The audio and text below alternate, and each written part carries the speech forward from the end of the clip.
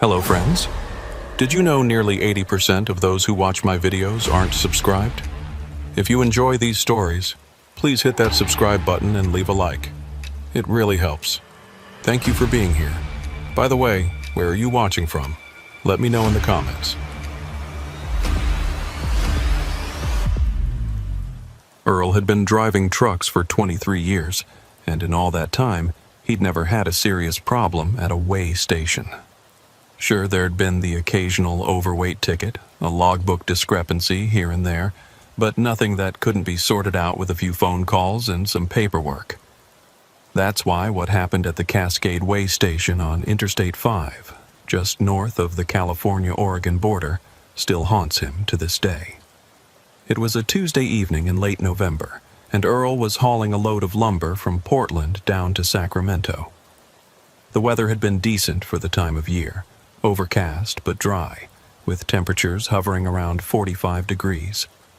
He'd made this run dozens of times before, knew every mile of I-5 like the back of his weathered hands, and was making good time despite the holiday traffic that was starting to build up. The electronic sign about 5 miles before the weigh station flashed its familiar message. All commercial vehicles must enter. Earl sighed and moved into the right lane, preparing for what he assumed would be a routine inspection. The Cascade Station was known for being thorough but fair, and Earl's paperwork was always in perfect order. His 2018 Freightliner Cascadia was well maintained. His electronic logging device showed he was within his hours of service, and his load was properly secured and under the weight limit. As he pulled into the queue behind a refrigerated trailer, Earl noticed something odd. The line was longer than usual, maybe 15 trucks ahead of him, but that wasn't the strange part. What caught his attention was the complete lack of movement. Normally, even at busy stations, you'd see trucks rolling across the scales every few minutes, either getting waved through or directed to the inspection area. But this line was completely static. Earl sat there for 20 minutes, engine idling, watching the truck ahead of him. The driver, visible through his side mirror, seemed agitated, constantly checking his watch and making phone calls. Behind Earl, more trucks were lining up, creating a growing queue of increasingly frustrated drivers. The CB radio crackled with complaints and questions, but nobody seemed to have any information about what was causing the delay. After 30 minutes of no movement, Earl decided to walk up to the scale house to see what was happening. He locked his truck and made his way past the line of waiting vehicles, noting the mix of anxiety and anger on the other drivers' faces. Some were standing beside their trucks, smoking cigarettes and talking in small groups. Others remained in their cabs, presumably trying to reach their dispatchers to explain the delay. The scale house was a modest concrete building with large windows overlooking the scales. As Earl approached, he could see several inspectors inside, but they weren't processing trucks. Instead, they appeared to be in some kind of meeting, huddled around a desk and examining documents. One inspector, a tall man with graying hair and a severe expression, looked up and saw Earl approaching. He immediately came to the door. "Driver, you need to return to your vehicle," the inspector said. His name tag read H. Grayson, but Earl would later learn this was Inspector Horace Grayson, a man who'd been with the Department of Transportation for 32 years and had developed a reputation for finding violations where none existed. "Inspector, we've been sitting here for over half an hour with no movement," Earl said, trying to keep his voice respectful despite his frustration. "Can you tell us what's going on? Some of us have delivery deadlines." Horace's eyes narrowed slightly, and he pulled out a small notebook from his shirt pocket. "What's your truck number, driver?" "I'm in the blue Freightliner, about 12 trucks back," Earl replied. "Unit 447. Horace wrote something in his notebook, then looked back at Earl with an expression that made Earl's stomach tighten. "Return to your vehicle, driver. We'll be conducting thorough inspections today. Every truck, every driver, every piece of cargo. This is a special enforcement operation." "Special enforcement for what?" Earl asked. I haven't heard about any alerts or safety campaigns. Return to your vehicle, Horace repeated, his tone leaving no room for argument. We'll get to you when we get to you. Any driver who attempts to leave the queue without inspection will have their CDL suspended immediately. Earl walked back to his truck, unease growing with each step. In all his years of driving, he'd never encountered a special enforcement operation that wasn't announced in advance. The DOT always gave drivers warning about targeted inspections or safety campaigns. This felt different, wrong somehow. Back in his cab, Earl turned up his CB radio, listening to the chatter from other drivers. The consensus was confusion and growing anger. Some drivers had been waiting for over 2 hours now, and still, not a single truck had moved through the scales. A few drivers were talking about backing out and taking their chances with a suspended license, but most were afraid of the consequences. "This is Big Blue in truck 447, Earl said into his CB microphone.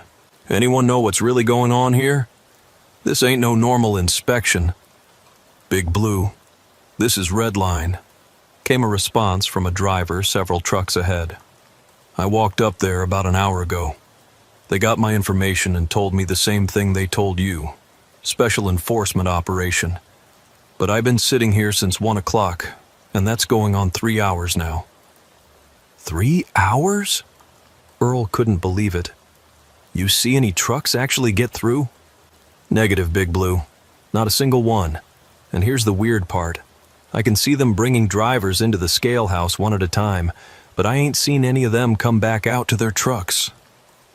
Earl felt a chill run down his spine. He grabbed his binoculars from the overhead compartment and focused on the scale house. Through the large windows, he could see several figures moving around inside, but the glare from the overhead lights made it impossible to make out details. What he could see was that there seemed to be more people inside than just the usual 2 or 3 inspectors. His phone rang, breaking his concentration. It was his dispatcher, wanting to know why his GPS showed he'd been stationary for so long. "I'm stuck at the Cascade Way station," Earl explained. "They're running some kind of special inspection, and nobody's moving through." "Special inspection? I haven't heard anything about that," his dispatcher said. "Let me make some calls. This doesn't sound right." While Earl waited for his dispatcher to call back, he noticed movement at the scale house. An inspector was walking down the line of trucks with a clipboard, stopping at each vehicle and apparently taking down information. When the inspector reached Earl's truck, he knocked on the door. Earl rolled down his window. It was a different inspector this time, a younger man with nervous eyes and hands that trembled slightly as he held his clipboard. "I need your license, registration, and bills of lading," the inspector said, not quite meeting Earl's eyes. "Is everything all right?" Earl asked as he handed over his documents. "You seem—" "Everything's fine," the inspector cut him off, but his voice cracked slightly on the word fine. He studied Earl's paperwork, made several notes on his clipboard, then looked up at Earl with an expression that seemed almost apologetic. "Mr. Earl Henderson?" "That's right." "You're hauling lumber from Portland to Sacramento?" "Yes, sir. Just like it says on the bills." The inspector made more notes, then leaned closer to Earl's window. For a moment, Earl thought he was going to say something, maybe explain what was really happening. But then the younger man seemed to catch himself. He straightened up and handed Earl's documents back. "You'll be called for inspection soon. Please remain in your vehicle." As the inspector walked away, Earl noticed something that made his blood run cold. On the back of the man's uniform shirt, there was a dark stain that looked suspiciously like blood. Not a lot, just a few drops, but definitely blood. Fresh blood. Earl's phone rang again. His dispatcher's voice was tight with concern. "Earl, I called the DOT office for that region. They say the Cascade station is closed for maintenance today. Has been since this morning. There shouldn't be anyone there at all." Earl's hands gripped the steering wheel until his knuckles turned white. "Well, I'm looking at about 20 trucks and at least 6 inspectors who would disagree with that." Earl, get out of there, now! I can't. They're threatening to pull licenses if anyone leaves without inspection. Earl, listen to me. I also called California Highway Patrol. They're sending units to check it out, but they're at least 40 minutes away. Something's not right there. Before Earl could respond, he saw Horace approaching his truck.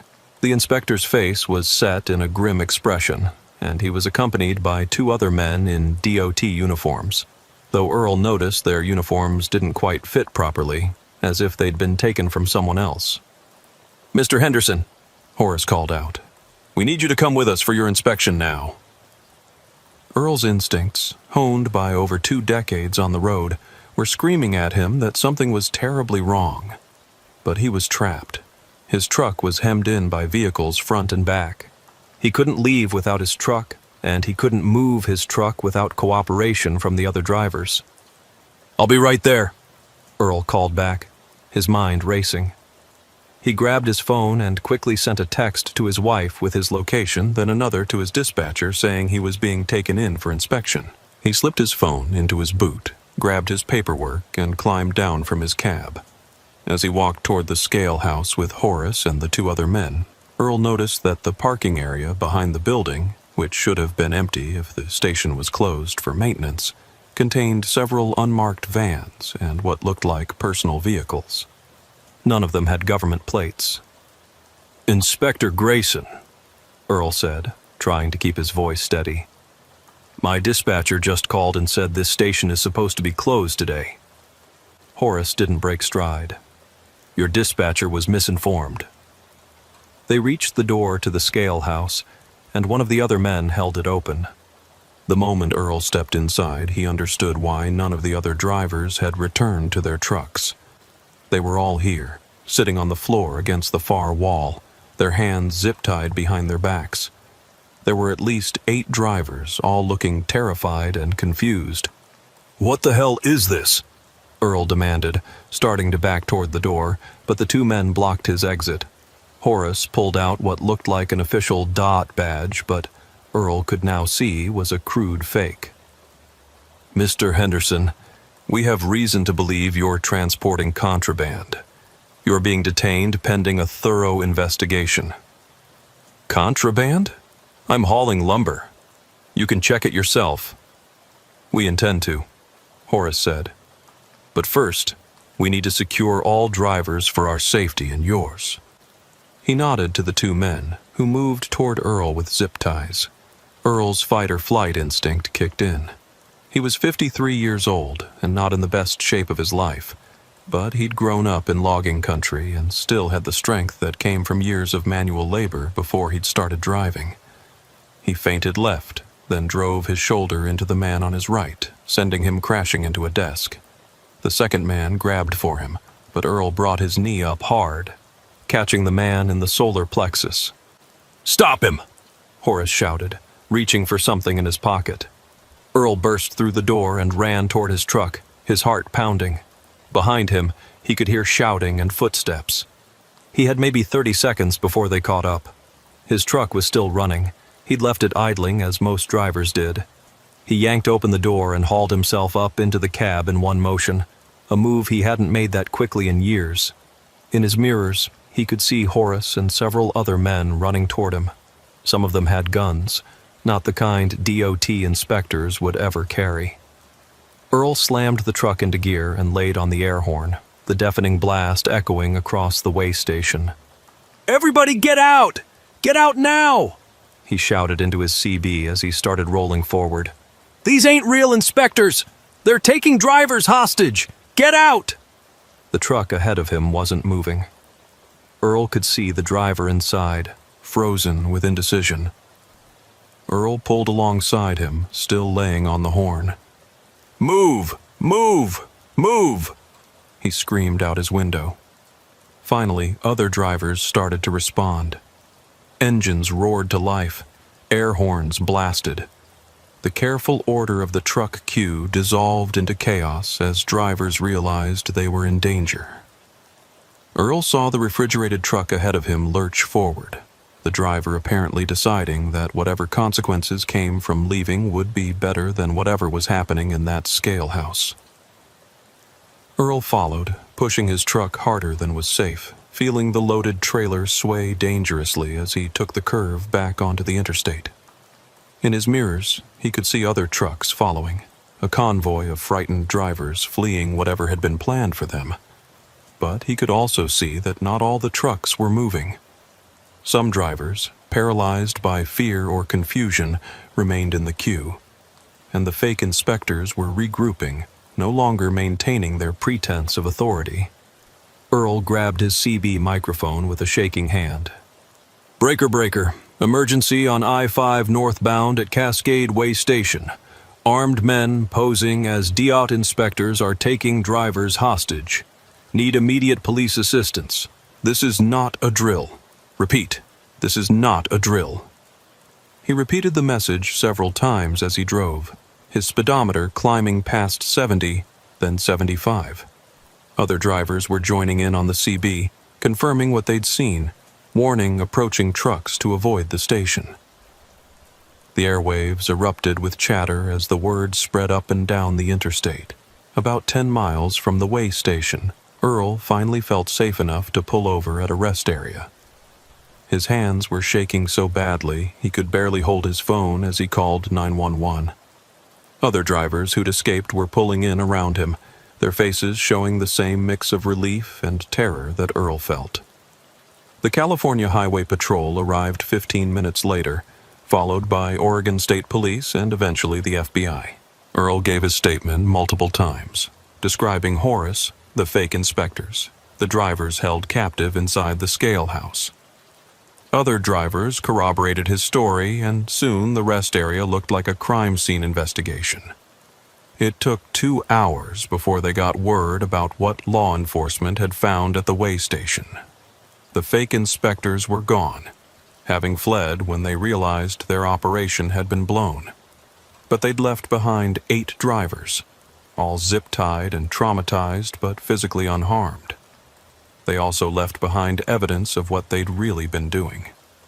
The investigation revealed that the fake way station operation had been running for at least 6 weeks, though not continuously. The group would take over the closed station for a few hours at a time, usually during off-peak periods when traffic was lighter and response times from law enforcement would be longer. They'd been specifically targeting trucks carrying high-value cargo, electronics, pharmaceuticals, luxury goods, and using the fake inspections to gather intelligence about routes, security measures, and delivery schedules. Earl learned all this from Detective Patricia Rodriguez of the California Highway Patrol, who interviewed him 3 times in the week following the incident. She showed him photographs of the men he'd encountered, asking him to identify who did what, who seemed to be in charge, who appeared reluctant or coerced. "You're lucky, Mr. Henderson," Detective Rodriguez told him during their 3rd interview. "Your cargo didn't fit their target profile. Lumber isn't worth enough for the risk they were taking, but they couldn't let you go once you'd seen their operation." "What were they planning to do with us?" Earl asked, though he wasn't sure he wanted to know the answer. "Based on what the detained drivers told us and evidence we found at the scene, they would have held you until they'd finished processing all the high-value targets. Then..." She paused, choosing her words carefully. "The drivers would have been transported elsewhere. We found evidence suggesting connections to human trafficking operations." Earl felt sick. Human trafficking. These weren't just cargo thieves, Mr. Henderson. This was a sophisticated criminal organization with multiple revenue streams. Steal the valuable cargo, sell the truck and the driver. Well, there's always demand for forced labor, especially workers who already have specialized skills like commercial driving. The thought of what could have happened, what nearly did happen, kept Earl awake for weeks afterward. He'd replay the incident in his mind, wondering what would have occurred if he hadn't fought back, if he hadn't raised the alarm. How many drivers would have disappeared into whatever dark network these criminals operated? The man calling himself Inspector Horace Grayson was never found. The FBI discovered that the real Horace Grayson had been a DOT inspector who'd died 5 years earlier. Someone had stolen his identity, used his reputation and records to create a convincing fake persona. The other men involved were eventually identified as members of a West Coast crime syndicate with operations spanning from Mexico to Canada. 3 weeks after the incident, Earl was back on the road. His company had offered him time off, even suggested he might want to consider local routes instead of long haul, but Earl refused. He wouldn't let those criminals take his livelihood from him. But things were different now. He was different. Every way station became a source of anxiety. Every time he saw those flashing signs requiring commercial vehicles to enter, his hands would start sweating, his heart rate would spike. He'd verify the station's operational status on his phone, call ahead when possible, and always keep his doors locked until he was absolutely certain the inspectors were legitimate. One evening, about 2 months after the incident, Earl was approaching a way station on I-5 in Northern California. It was a different station, one he'd been through hundreds of times before, but as he pulled into the queue, he felt the familiar tightness in his chest. There were only 3 trucks ahead of him, and they were moving through quickly, but Earl couldn't shake the feeling that something was wrong. He studied the inspectors through his windshield, looking for anything out of place. Their uniforms fit properly. Their movements were routine, professional. The equipment looked official.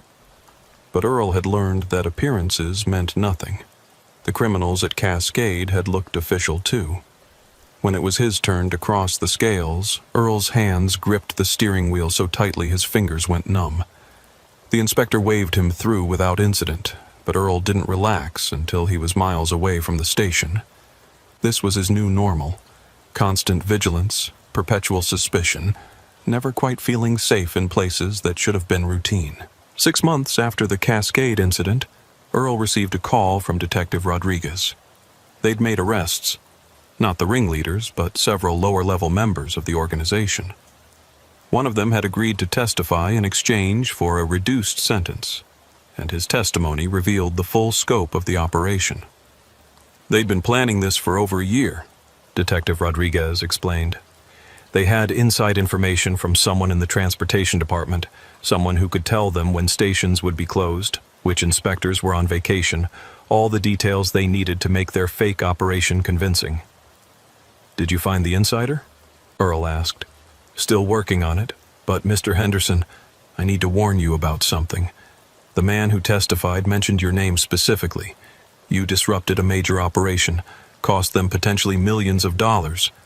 These people have long memories." Earl felt a cold dread settle in his stomach. "Are you saying I'm in danger?" "I'm saying you should be careful. Vary your routes when possible. Don't stick to predictable patterns. And if you see anything suspicious, anything at all, don't hesitate to call law enforcement." The warning changed everything. Earl had already been struggling with anxiety about way stations, but now he had to worry about retaliation. He started carrying a gun, something he'd never done in over 2 decades of driving. He varied his routes, sometimes adding hours to his trips just to avoid predictability. He installed additional locks on his truck, security cameras, GPS trackers that would alert his family if he stopped moving for too long. But the worst part was the isolation. Earl had always been a social driver, someone who enjoyed the camaraderie of truck stops, the conversations over coffee at 3 a.m., the community of the road. Now he kept to himself, suspicious of friendly strangers, always wondering if that driver asking about his route was just making conversation or gathering intelligence. One night, parked at a truck stop in Oregon, Earl was startled awake by someone trying his door handle. His hand immediately went to the gun beside his bed, but before he could react, the person moved on. Through his curtain, he could see a figure checking other truck doors, probably just a common thief looking for an easy score. But Earl didn't sleep the rest of the night, sitting up with his gun in his lap, watching the shadows move across his windshield. The paranoia was exhausting. Every unexpected knock on his door, every vehicle that seemed to follow him for too long, every unfamiliar face at a regular stop became a potential threat. His wife begged him to quit, to find a different job, But Earl was stubborn. He'd been driving trucks since he was 21 years old. It was all he knew, all he wanted to do.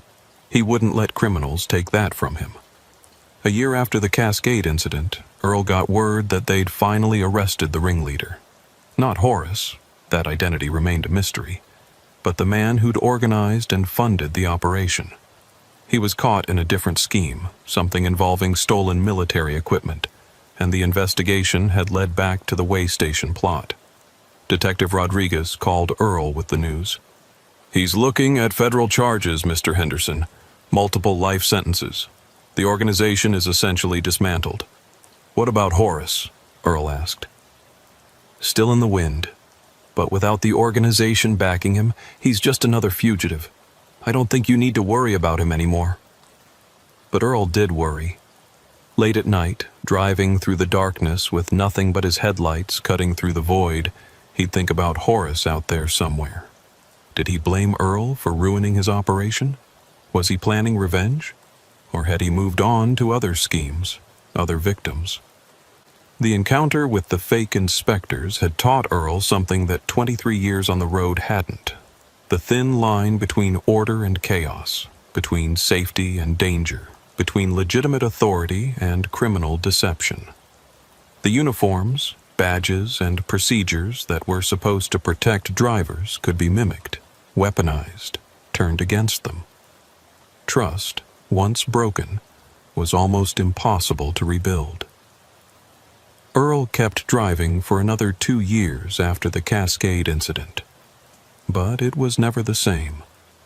The joy was gone, replaced by a constant state of hypervigilance that left him exhausted and irritable. He started making mistakes, missing exits, forgetting to log hours properly, small things that added up over time. His company was understanding, but Earl knew he was becoming a liability. The final straw came at a way station in Washington State. It was a completely routine inspection, nothing suspicious about it at all. But as the inspector approached his truck, Earl had a panic attack. His vision tunneled, his chest felt like it was being crushed, and he couldn't breathe. The inspector, alarmed, called for medical assistance.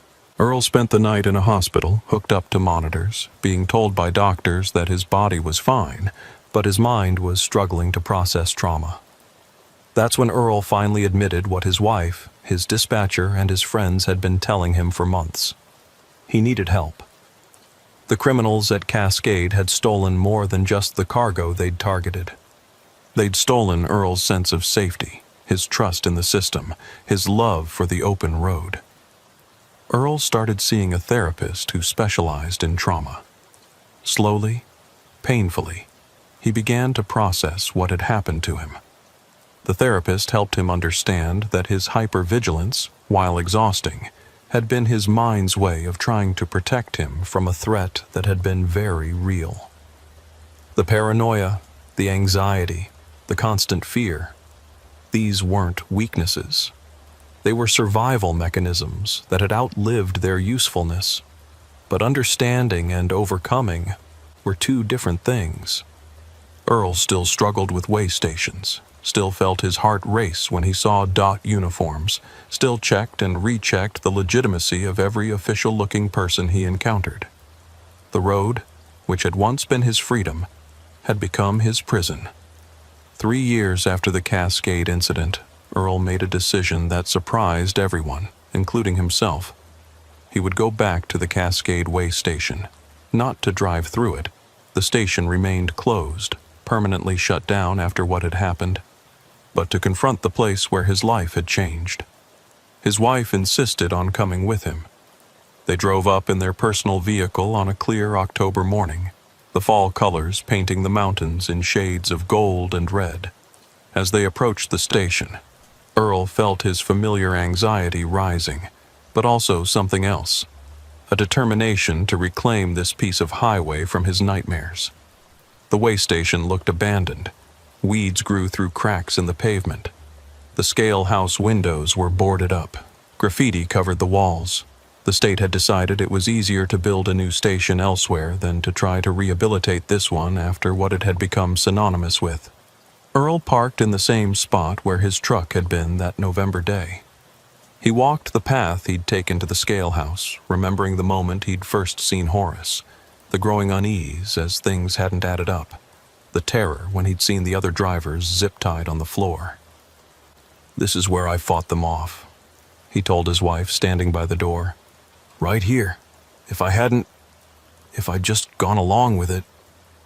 "But you didn't," she said, taking his hand. "You saved yourself and those other drivers. You're a hero, Earl." Earl didn't feel like a hero. Heroes in movies walked away from their victories unchanged, ready for the next adventure. Earl had walked away broken, suspicious, unable to trust the very systems he'd relied on for over 2 decades. But standing there, in the place where it had all happened, he felt something shift inside him. The station wasn't a monster's lair. It was just an abandoned building. Horace and his crew weren't supernatural villains.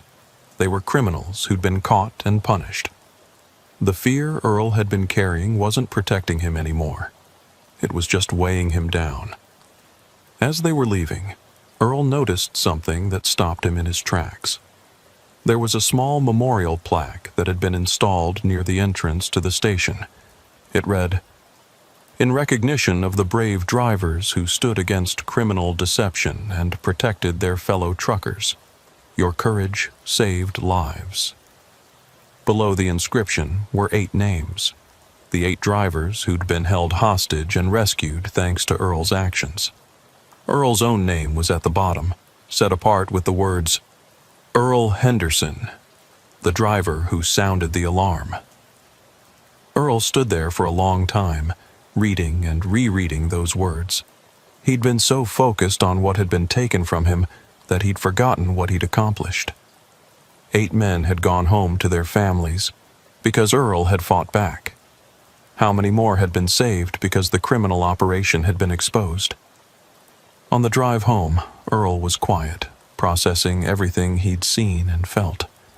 His wife didn't push him to talk, understanding that some journeys had to be traveled alone, even when you were sitting right next to someone. That night, Earl made a decision. He would return to trucking, but not as a long-haul driver. Instead, he would become a trainer, teaching new drivers not just how to handle their rigs, but how to stay safe in an industry where danger didn't always come from the obvious places. Earl's new role with his company put him in charge of safety training, with a special focus on security awareness. He developed a program called Trust But Verify, teaching drivers how to confirm the legitimacy of authority figures, how to recognize suspicious situations, and most importantly, how to respond when something didn't feel right. In his presentations, Earl would tell his story, not holding back the fear, the trauma, or the long recovery. He wanted new drivers to understand that the dangers they faced weren't just about jackknifed trailers or icy roads. Sometimes the danger came dressed in a uniform, carrying a clipboard, claiming to be there to help. "Your instincts are your best defense," Earl would tell his classes. "If something feels wrong, it probably is. Don't be afraid to question authority. Don't be afraid to verify credentials. And don't ever be afraid to run if you need to." He taught them practical skills, how to verify if a way station was really open, how to check if an inspector's credentials were legitimate, how to maintain communication with dispatch during any official stop.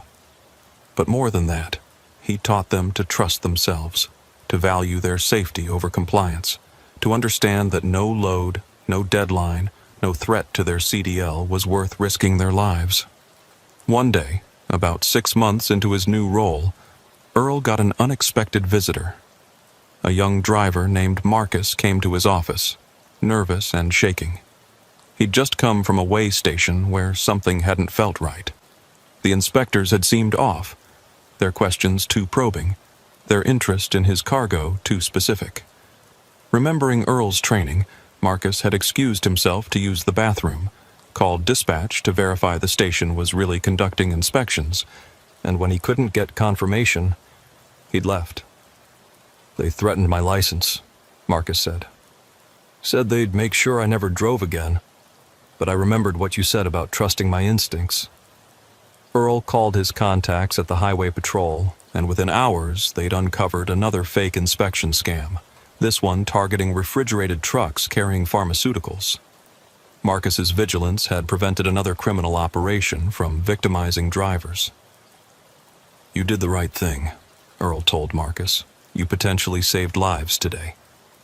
Seeing the impact of his training, knowing that his experience was helping protect other drivers, gave Earl a sense of purpose he hadn't felt since before Cascade. He wasn't just a victim anymore. He was a guardian, watching out for the next generation of drivers. But the universe wasn't done testing Earl yet.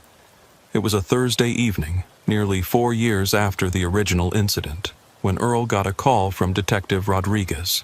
Her voice was tense, urgent. "Earl, I need to tell you something, and I need you to stay calm," she began. "We've had a development in the Cascade case." Earl's blood ran cold. "What kind of development?" "The man you knew as Horace Grayson. We finally identified him. His real name is Harold Grimm, and Earl, he's been asking about you." "Asking about me? From prison?" "That's the thing, Earl. He's not in prison. He was never caught. But we've intercepted communications suggesting he's been tracking drivers who were involved in the Cascade incident. Your name came up multiple times." Earl sank into his chair, the old familiar fear creeping back. "What does he want?" "We don't know. But Earl, we have reason to believe he might try to make contact. We need you to be extra careful. We're assigning protection." "No," Earl interrupted. "No protection." "Earl, this is serious." "I know it's serious, but I'm not living in fear anymore. I've done that, and it nearly destroyed me. If Harold Grimm wants to find me, he will. Protection or no protection. But I'm not hiding."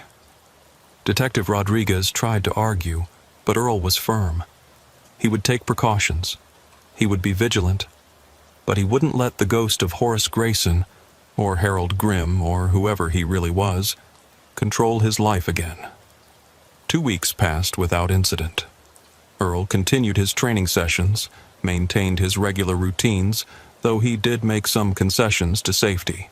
He varied his routes to and from work, installed new security cameras at his home, and kept his gun within reach. But he refused to live like a prisoner. Then, on a rainy Tuesday evening, as Earl was leaving the company office after a late training session, he found someone waiting by his car. It was an old woman, hunched and frail, holding an umbrella against the rain. "Mr. Henderson?" she called out as he approached. Earl stopped, his hand moving instinctively toward his concealed weapon. "Can I help you?" "My name is Mildred Grimm," she said. "Harold is my son." Earl's heart pounded, but he kept his voice steady. "What do you want?" "To apologize," Mildred said, and Earl could see tears mixing with the rain on her weathered face. "And to warn you." Against every instinct screaming at him to run, Earl found himself listening to the old woman's story. Harold Grimm had been a real DEET inspector once, a good one, until a combination of gambling debts and a bitter divorce had driven him to corruption. What started as taking bribes to overlook violations had escalated into the elaborate criminal enterprise Earl had encountered. "He blames you for ruining everything," Mildred said. "But Mr. Henderson, you need to understand. My son is not well. He's obsessed with what happened at Cascade, convinced that if he can eliminate you, somehow he can rebuild what was lost." "Why are you telling me this?" Earl asked. "Because I've already lost my son to his choices," Mildred replied. "I don't want anyone else to suffer because of what he's become. He's planning something, Mr. Henderson. I don't know what, but he's been watching you, studying your new role, your training sessions." Earl felt the familiar cold grip of fear, but also something else. Pity for this old woman whose son had become a monster. "Do you know where he is?" Earl asked. Mildred shook her head. "He contacts me occasionally, but never from the same place twice. But, Mr. Henderson, he mentioned something about finishing where it started. I think I think he's planning something at a way station." The warning from Mildred Grimm changed everything. Earl immediately contacted Detective Rodriguez, who put together a task force to investigate the threat. They reviewed footage from way stations throughout California, Oregon, and Washington, looking for any sign of Harold Grimm. They monitored chatter in criminal networks, looking for any indication of a planned operation. But Harold was smart. He'd learned from his mistakes at Cascade. Whatever he was planning, he was keeping it close to the vest, not involving others who might betray him. The task force found nothing concrete, just shadows and rumors. Earl, meanwhile, struggled with the decision of whether to continue his training work. Every session he conducted put new drivers in the same room with him, potentially making them targets if Harold decided to strike. But backing down felt like letting Harold win, like giving him the power he sought over Earl's life. "I won't stop teaching," Earl told Detective Rodriguez during one of their strategy meetings. "These drivers need to know how to protect themselves. If anything, Harold's threat makes my work more important." Detective Rodriguez arranged for undercover officers to attend Earl's training sessions, blending in with the new drivers. Security was increased at the company facility. Earl's home was under surveillance, but everyone knew these measures were temporary. They couldn't maintain this level of protection indefinitely. 3 weeks after Mildred's warning, Earl was conducting a training session on recognizing fake credentials when one of the students raised his hand. He was an older man, probably in his 50s, with graying hair and tired eyes. "Mr. Henderson," the man said, "what if the fake inspector knows things about you that he shouldn't? Personal things?" Earl felt a prickle of unease, but maintained his professional demeanor. "That's a good question. Criminals often research their targets. They might know your route history, your company, even personal details they've gleaned from social media or public records. That's why it's important to—" "Like knowing about your daughter's wedding last spring?" the man interrupted. "Or your grandson's birthday party at Chuck E. Cheese? Or the fact that you take the same route home every Tuesday and Thursday?" The room went silent. Earl's hand moved toward his concealed weapon, but the man raised his hands peacefully. "I'm not him," the man said quickly. "My name is Detective Ray Morrison, Oregon State Police. I'm here undercover. But if I could find out these things about you, Mr. Henderson, so can Harold Grimm." Earl relaxed slightly, but was shaken by the demonstration. The detective was right. Despite all his precautions, Earl had patterns, vulnerabilities, weak points that someone like Harold could exploit. After the session, Detective Morrison approached Earl privately. "We've been developing intelligence on Grimm," he said. "We think we know what he's planning." Morrison explained that they'd intercepted communications suggesting Harold was planning to recreate the Cascade incident, but with a twist. This time he wouldn't be after cargo or ransom. He'd be after revenge, and Earl would be the target. "He's been recruiting," Morrison said, "offering big money to criminals willing to pose as DOT inspectors. But here's the thing. We think we can use this against him." The plan Morrison outlined was dangerous but potentially effective. They would leak information about a special training session Earl would be conducting at a specific way station, a hands-on demonstration of how to identify fake inspectors using the actual Cascade station as a teaching location. It would be irresistible bait for Harold, a chance to strike at Earl in the very place where his criminal empire had crumbled. "You'd be putting yourself at risk," Morrison said. "We'd have backup, of course, but there's no guarantee." "I'll do it," Earl said without hesitation. "I'm tired of waiting for him to make his move. Let's end this." The operation was scheduled for 2 weeks later. They spread the word through trucking networks about Earl's special training session at the old Cascade station, now supposedly reopened for educational purposes. They made it seem like Earl would be there with a small group of trainees, vulnerable and exposed. The night before the operation, Earl couldn't sleep. He sat in his home office, looking at photos from his trucking days. There was one of him standing next to his first truck, young and eager, ready to conquer the highways. Another showed him at his million-mile celebration, surrounded by fellow drivers who'd become friends over the years. The road had given him so much, but it had also taken its toll. His wife found him there at 3 a.m. "You don't have to do this," she said. "Yes, I do," Earl replied. "Not for them, not even for me. For every driver who's going to pass through a way station tomorrow, next week, next year, they deserve to know that someone stood up to the Harold Grimms of the world." The next morning, Earl drove to the Cascade station with a convoy of what appeared to be training vehicles, but were actually filled with law enforcement officers. The station had been minimally restored for the operation, just enough to make it look functional from a distance.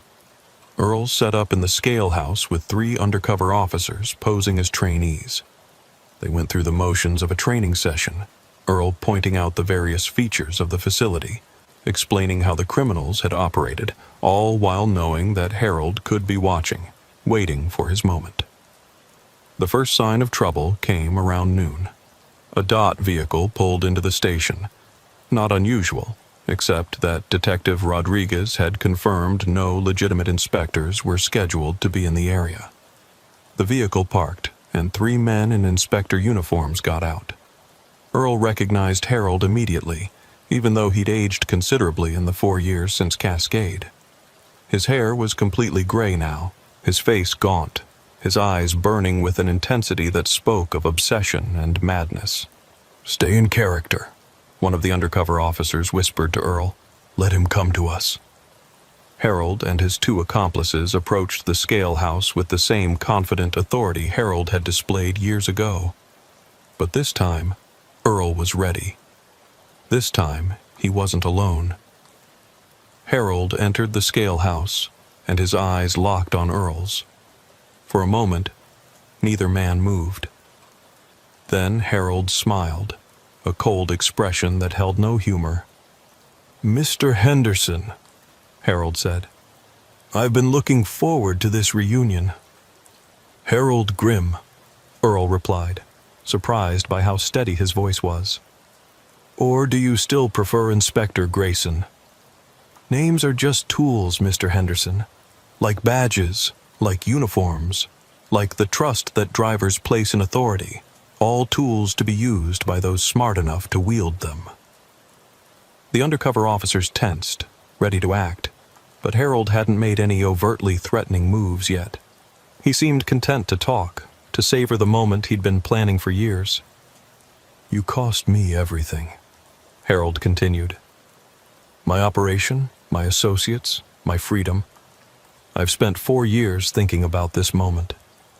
"You cost yourself everything," Earl countered. "The moment you decided to prey on innocent drivers, you sealed your own fate." Harold's composure cracked slightly. "Innocent? Nobody's innocent in this world, Henderson. Everyone's looking for an angle, a way to get ahead. I just found a better angle than most." "You found a way to exploit people's trust," Earl said. "That's not clever. It's pathetic." That did it. Harold's face contorted with rage, and he reached inside his jacket. But before he could draw whatever weapon he was reaching for, the undercover officers moved. In seconds, Harold was on the ground, hands cuffed behind his back, his 2 accomplices in similar positions. But Harold was laughing, a sound that sent chills down Earl's spine. "You think you've won, Henderson? You think this ends with me in handcuffs?" Detective Rodriguez and her team swarmed the station, having been waiting for the signal. As Harold was hauled to his feet, he looked at Earl with those burning eyes. "Every fake inspector, every criminal targeting truckers, they all know your name now, Henderson. You're the man who brought down the Cascade operation. You're the one who taught drivers to resist. You've painted a target on your back that will never go away." As they dragged Harold away, Earl felt a mix of relief and dread. Harold was right about one thing. Earl had become a symbol, both to the drivers he protected and the criminals who preyed on them. But standing there in the scale house where it had all begun, Earl made a decision. He would continue teaching. He would continue protecting drivers. And if that made him a target, so be it. Because the alternative, letting fear win, letting the Harold Grimms of the world operate unopposed, was unacceptable. The operation at Cascade was hailed as a success. Harold Grimm was sentenced to 25 years in federal prison, his accomplices receiving lesser sentences in exchange for testimony. The case became a textbook example of how law enforcement and the trucking community could work together to combat criminal exploitation.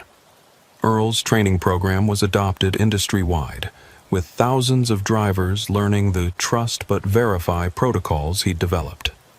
Way stations across the country implemented new security measures to prevent fake inspector schemes.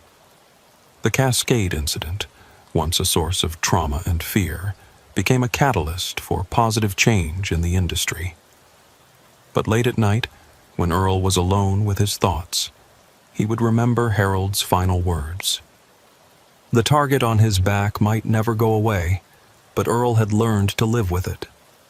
Every driver who went home safe because of his training, every criminal operation exposed because drivers knew what to look for, every life saved because someone had the courage to question authority.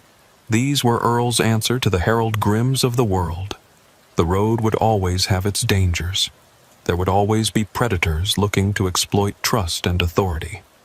But now, thanks to Earl and the drivers who'd stood with him, the trucking community was ready. They were vigilant. They were prepared. And most importantly, they were no longer afraid.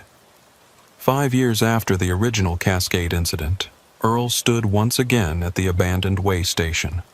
But this time, he wasn't alone. Hundreds of drivers had gathered for a memorial service, honoring not just those who'd been victims of criminal schemes, but celebrating those who'd fought back. Earl spoke to the crowd, his voice carrying across the gathering. "This place tried to break us," he said. "It tried to use our respect for authority against us. It tried to make us victims, but we refused. We stood together. We protected each other.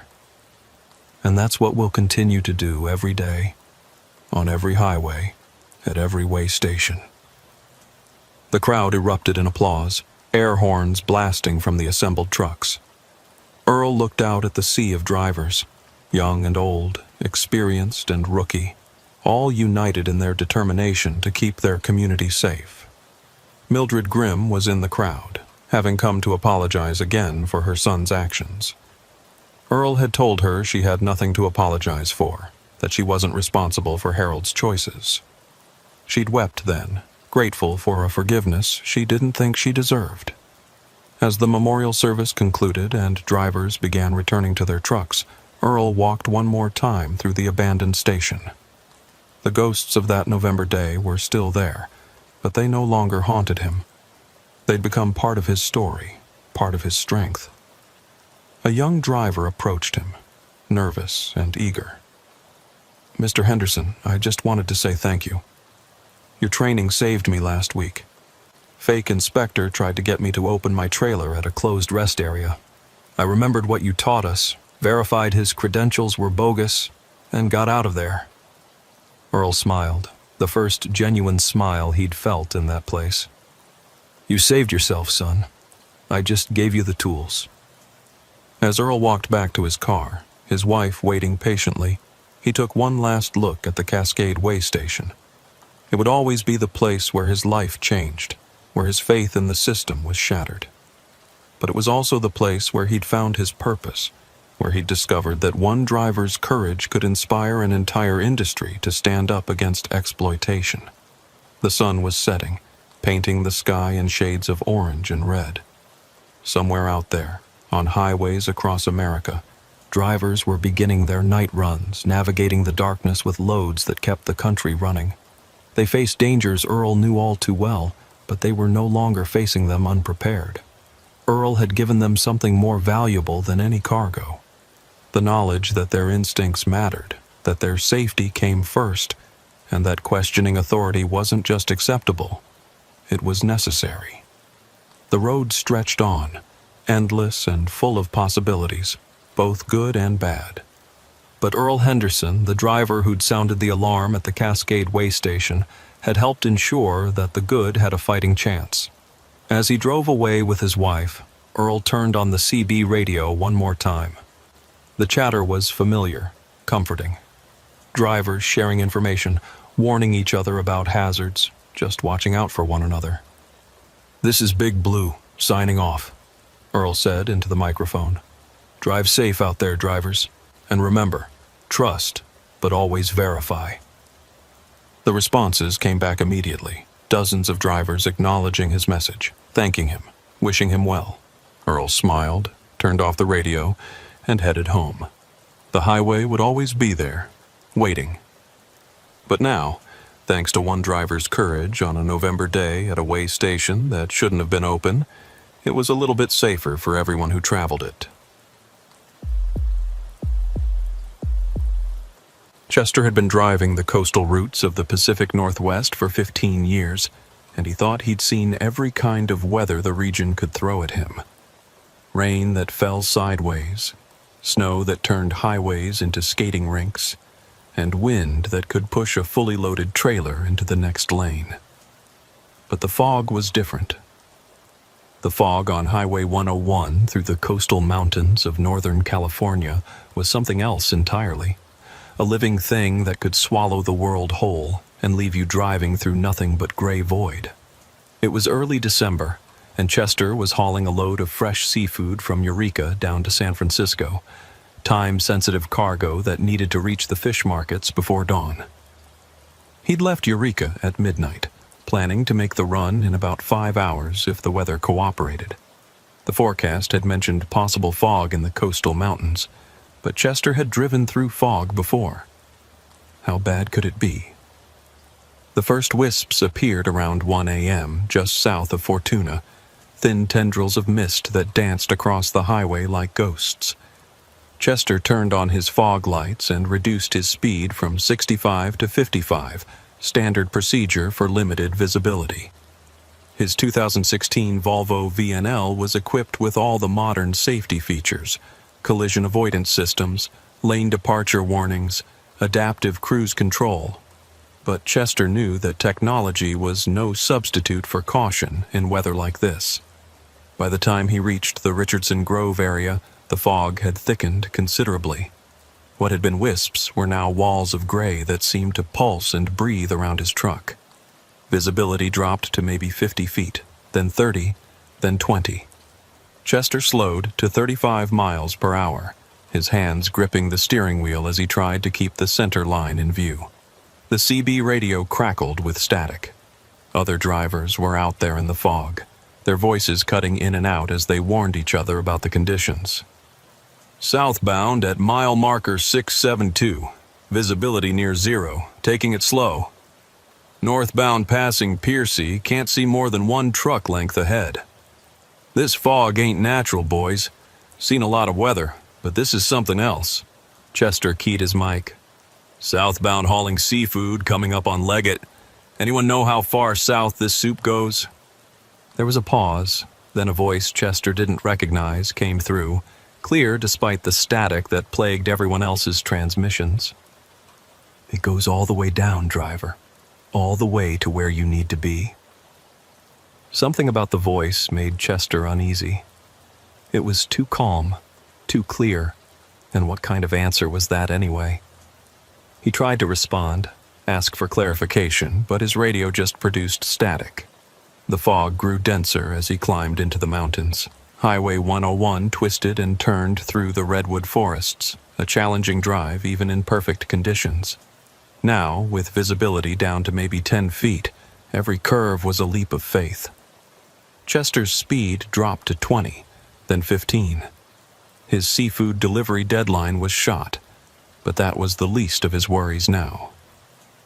That's when he saw the taillights ahead. 2 red glows in the gray murk, maybe 20 feet in front of him. Another vehicle, moving at about the same crawling pace. Chester felt a wave of relief. Following another vehicle was dangerous in fog, but having any point of reference was better than driving blind. He maintained a safe following distance, using the taillights as his guide through the serpentine mountain road. The vehicle ahead seemed to know the route well, taking the curves smoothly, never wavering. Chester found himself relaxing slightly, falling into the rhythm of following those red lights through the gray. After about 30 minutes of this careful procession, Chester realized something was wrong. They should have reached the town of Leggett by now, but there were no signs of civilization. No streetlights, no buildings, no intersections, just the endless fog and the winding road and those 2 red lights always exactly the same distance ahead.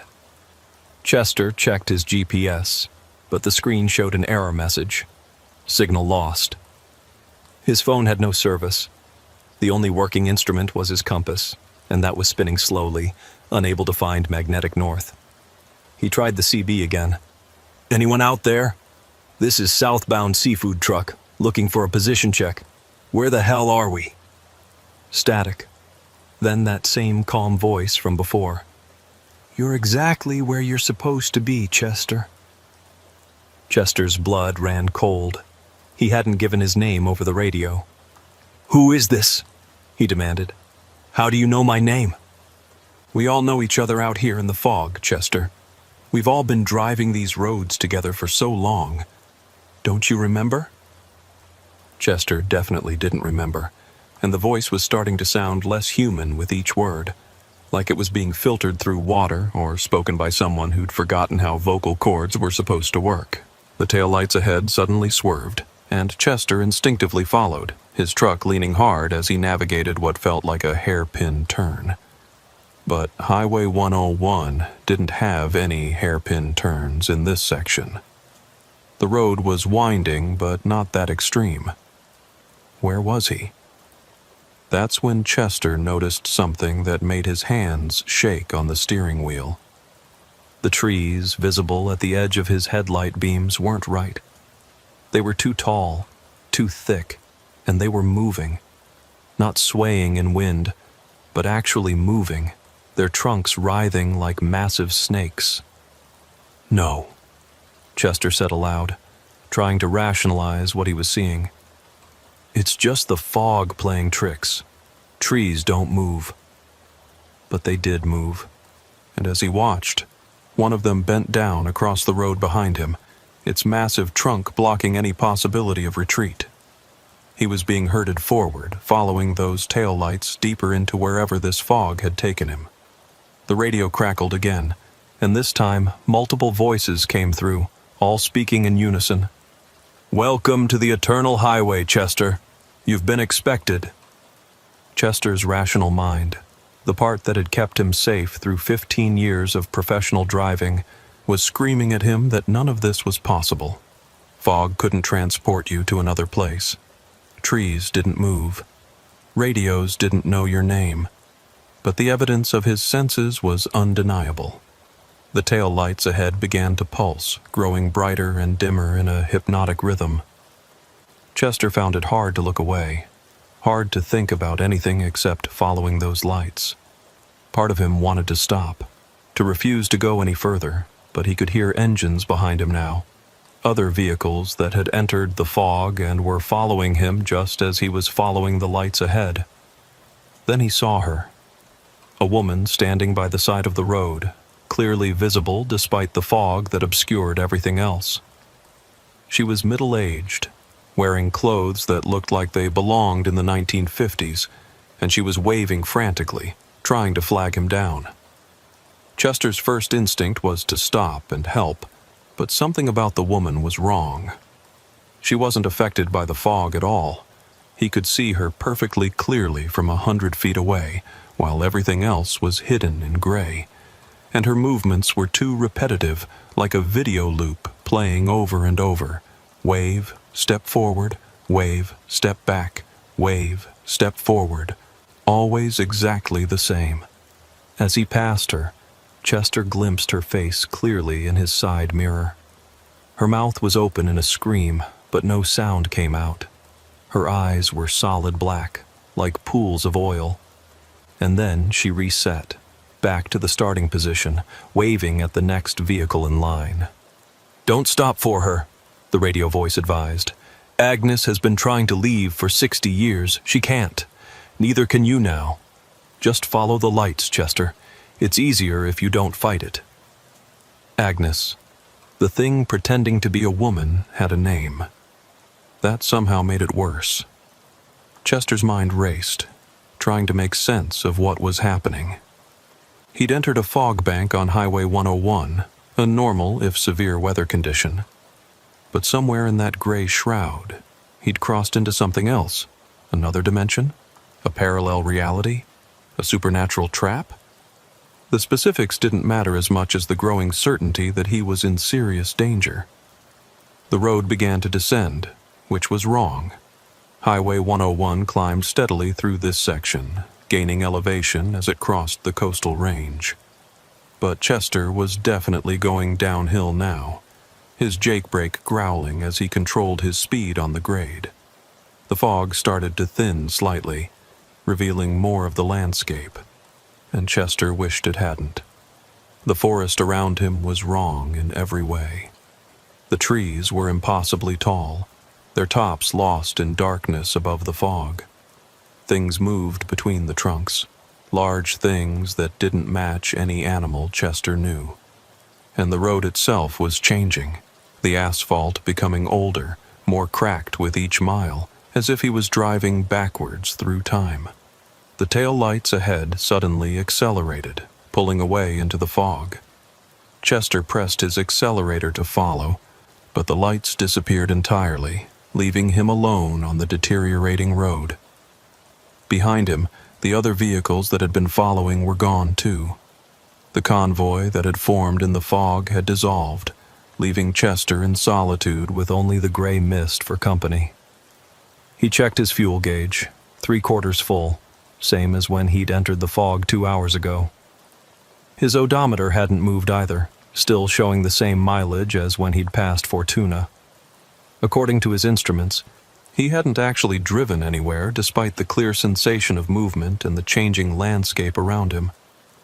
"This isn't real," Chester said to himself, his voice sounding small in the cab of his truck. "This can't be real."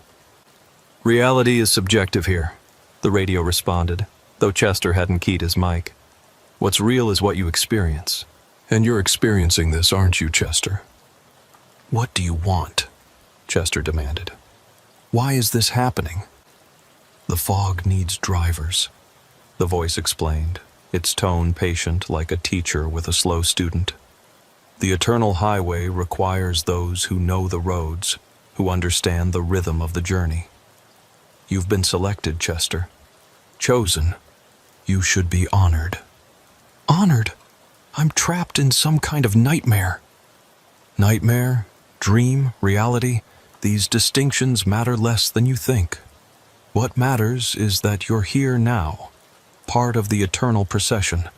Fighting it only makes the transition harder." Chester slowed his truck to a crawl, looking for any landmark, any sign that might tell him where he was.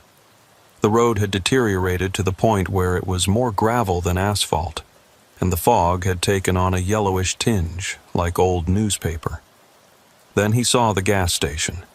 It appeared out of the fog like a mirage. An old Sinclair station with the green dinosaur logo, pumps that belonged in a museum, and a small office with lights glowing warmly inside. Chester knew he shouldn't stop, knew that nothing in this fog could be trusted, but he was desperate for any human contact that might help him understand what was happening. He pulled into the station, his modern truck looking absurdly out of place next to the vintage pumps. The moment he stopped, a man emerged from the office, elderly, wearing coveralls and a Sinclair cap, moving with the careful precision of someone who'd repeated the same actions thousands of times. "Evening, driver," the man said, approaching Chester's window. His voice was thin, reedy, like it was coming from very far away. "Or is it morning? Hard to tell in the fog." "Where am I?" Chester asked. "What is this place?" The old man, Elmer, according to his name patch, tilted his head. "You're at the Sinclair station on Highway 101, of course. Though which Highway 101 and when? Well, that's a more complicated question." "When? What do you mean, when?" Elmer sighed, leaning against Chester's truck. Up close, Chester could see that the man's eyes were clouded with cataracts, yet he moved as if he could see perfectly. The fog doesn't just obscure distance, driver. It obscures time. Past, present, future. They all exist simultaneously here. You're driving through every moment this road has ever known, all at once. That's impossible. Is it? Elmer asked. You've seen Agnes, haven't you? She crashed on this road in 1961, trying to get to her daughter's wedding. She's been flagging down help ever since, existing in the moment before impact, forever. And me? I've been running this station since 1952, or at least that's when I started. Can't seem to stop. The fog won't let me. Chester's mind reeled. So, everyone here is dead? Dead, alive, somewhere in between. Categories lose meaning in the fog. What matters is that we're all part of the highway now, serving our purpose in the eternal procession. What about the taillights I was following? Who was that? Elmer's expression darkened. Best not to think about that too hard. Some things in the fog are better left unexamined. You follow the lights because that's what drivers do. Where they lead, well, every driver finds out eventually. I need to get out of here, Chester said. I have a delivery to make. I have a life outside this fog. We all had lives outside, Elmer said sadly. Jobs, families, destinations. But the fog chose us, and now we serve a different purpose. You'll understand in time. They all do. Chester started his engine. I'm not staying here. There has to be a way out. Elmer stepped back, that same sad expression on his weathered face. Drive safely, Chester. The fog is patient, but it doesn't like those who resist too strongly. And watch out for the ones who've been here longest. They're not quite human anymore. Chester pulled out of the station, looking back to see Elmer still standing there, watching him go. Then the fog closed in again, and the station vanished as if it had never existed. The road continued to deteriorate as Chester drove. The pavement gave way to packed dirt, then to barely visible ruts and grass. His truck bounced and shook, the sophisticated suspension struggling with terrain it was never designed for. The fog changed colors, yellow to green to a sickly purple that hurt to look at directly. The CB radio burst to life with a cacophony of voices, all talking at once. Been driving for 30 years, can't stop, can't... My children must be grown by now, do they remember? The lights lead down, always down, to where the road began. Don't trust the mechanic. He takes more than he fixes. Chester turned off the radio, but the voices continued, coming through despite the power being cut. He pulled the radio's fuse, and still they spoke, a chorus of the lost and trapped, all drivers who'd entered the fog and never left. His truck's headlights began to flicker, which should have been impossible with the modern LED system. But nothing was impossible here, Chester was learning. The lights dimmed and brightened in a pattern that seemed almost like Morse code, though Chester didn't know Morse well enough to decipher it. Then he saw the roadblock ahead. 3 vehicles were positioned across the road, a 1940s delivery truck, a 1960s sedan, and a modern SUV that looked like it had been abandoned yesterday. Or tomorrow. Time meant nothing here. Behind the vehicles stood figures in various clothing from different eras, all watching Chester's approach with hollow eyes. Chester stopped about 50 feet from the roadblock. The figures didn't move, just stood there watching, waiting. He considered trying to drive around them, but the forest pressed close on both sides, those writhing trees that weren't really trees forming an impenetrable barrier. You need to choose, the radio said, even though it had no power. Forward into acceptance or back into resistance. But know that the fog has already claimed you, Chester. You entered of your own free will. That's all the permission it needs. Chester looked in his mirrors. The road behind him was gone, swallowed by fog so thick it looked solid. There was literally nowhere to go but forward, through the roadblock and whatever lay beyond. He put the truck in gear and crept forward. The figures at the roadblock didn't move until he was almost upon them. Then they stepped aside in perfect synchronization, creating just enough space for his truck to pass through. As he drove between them, Chester glimpsed their faces, or what remained of them. They'd been human once, but prolonged exposure to the fog had changed them. Their features were blurred, as if someone had tried to erase them but hadn't quite finished the job. Beyond the roadblock, the road improved slightly, becoming gravel again. The fog thinned enough that Chester could see perhaps 100 feet ahead, and what he saw made him slam on his brakes. The road ended at a cliff, not a normal cliff, but a drop into absolute nothingness, a void where the fog itself seemed to pour over the edge like a waterfall. The taillights he'd been following earlier were there, right at the edge, still pulsing with that hypnotic rhythm. But now Chester could see that they weren't attached to any vehicle.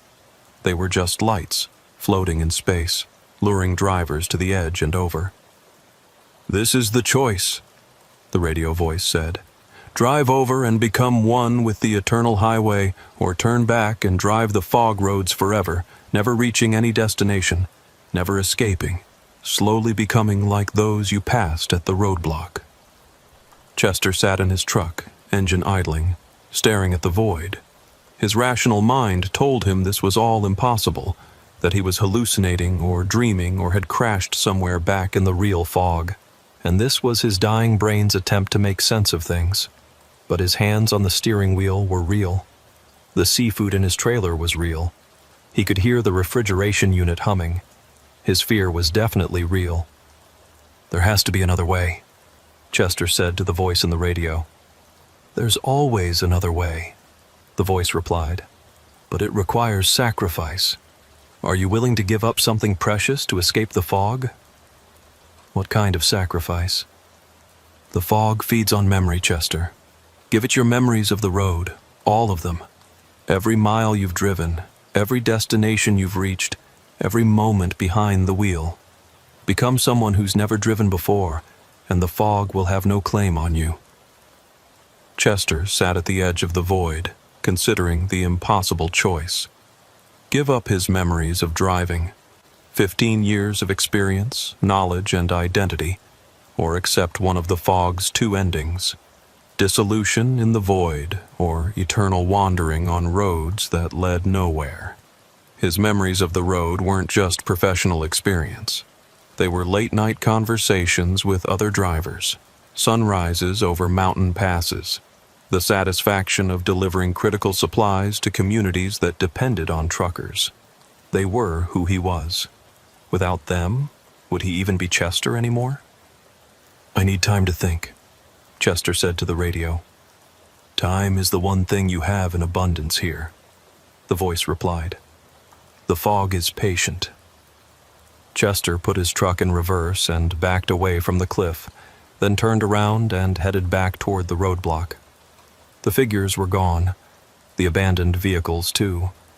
The road stretched empty in both directions, though Chester knew that was an illusion. There was no real direction here, no actual destination, just the endless loop of fog-shrouded roads. He drove for what felt like hours, but could have been minutes or days. His fuel gauge never moved. His body never grew tired or hungry. The fog had suspended all normal biological needs, keeping him in a state of perpetual alertness, forever able to drive, but never able to arrive. Eventually, he came upon another driver. The truck was pulled over on what passed for a shoulder, hazard lights blinking. It was an old Peterbilt from the 1970s, painted in colors that had faded to suggestions of their former glory. The driver was standing beside it, an older black man in his 60s, wearing clothes that looked contemporary. "You're new," the man said as Chester pulled up alongside him. It wasn't a question. "Few hours," Chester replied. "Maybe. Hard to tell." Gets easier, or harder, depends on your perspective. The man extended his hand through Chester's window. Name's Marcus. Been here since 1987. Or maybe I arrived yesterday. Time's funny in the fog. Chester shook his hand, surprised by how solid and warm it felt. Chester. 2023, I think. Though that might not mean anything here. Marcus laughed, a sound that seemed too normal for this place. It means something. You're the most recent arrival I've met. Means the fog is still hunting, still hungry. You've been here for decades? By some measurements. But I've learned things, Chester. The fog isn't evil, exactly. It's just necessary. Every road needs its ghosts, its legends, its warnings. We're part of the infrastructure now, as essential as the asphalt and the mile markers. That's insane. Is it? Think about all the trucking stories you've heard. Phantom drivers, mysterious helpers, warnings from nowhere. Where do you think they come from? We're the ones who flash our lights to warn about speed traps we passed 30 years ago. We're the voices on the CB telling drivers to check their brakes before descents that killed us.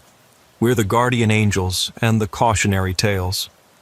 Chester stared at Marcus, trying to process this. So we're stuck here to help other drivers?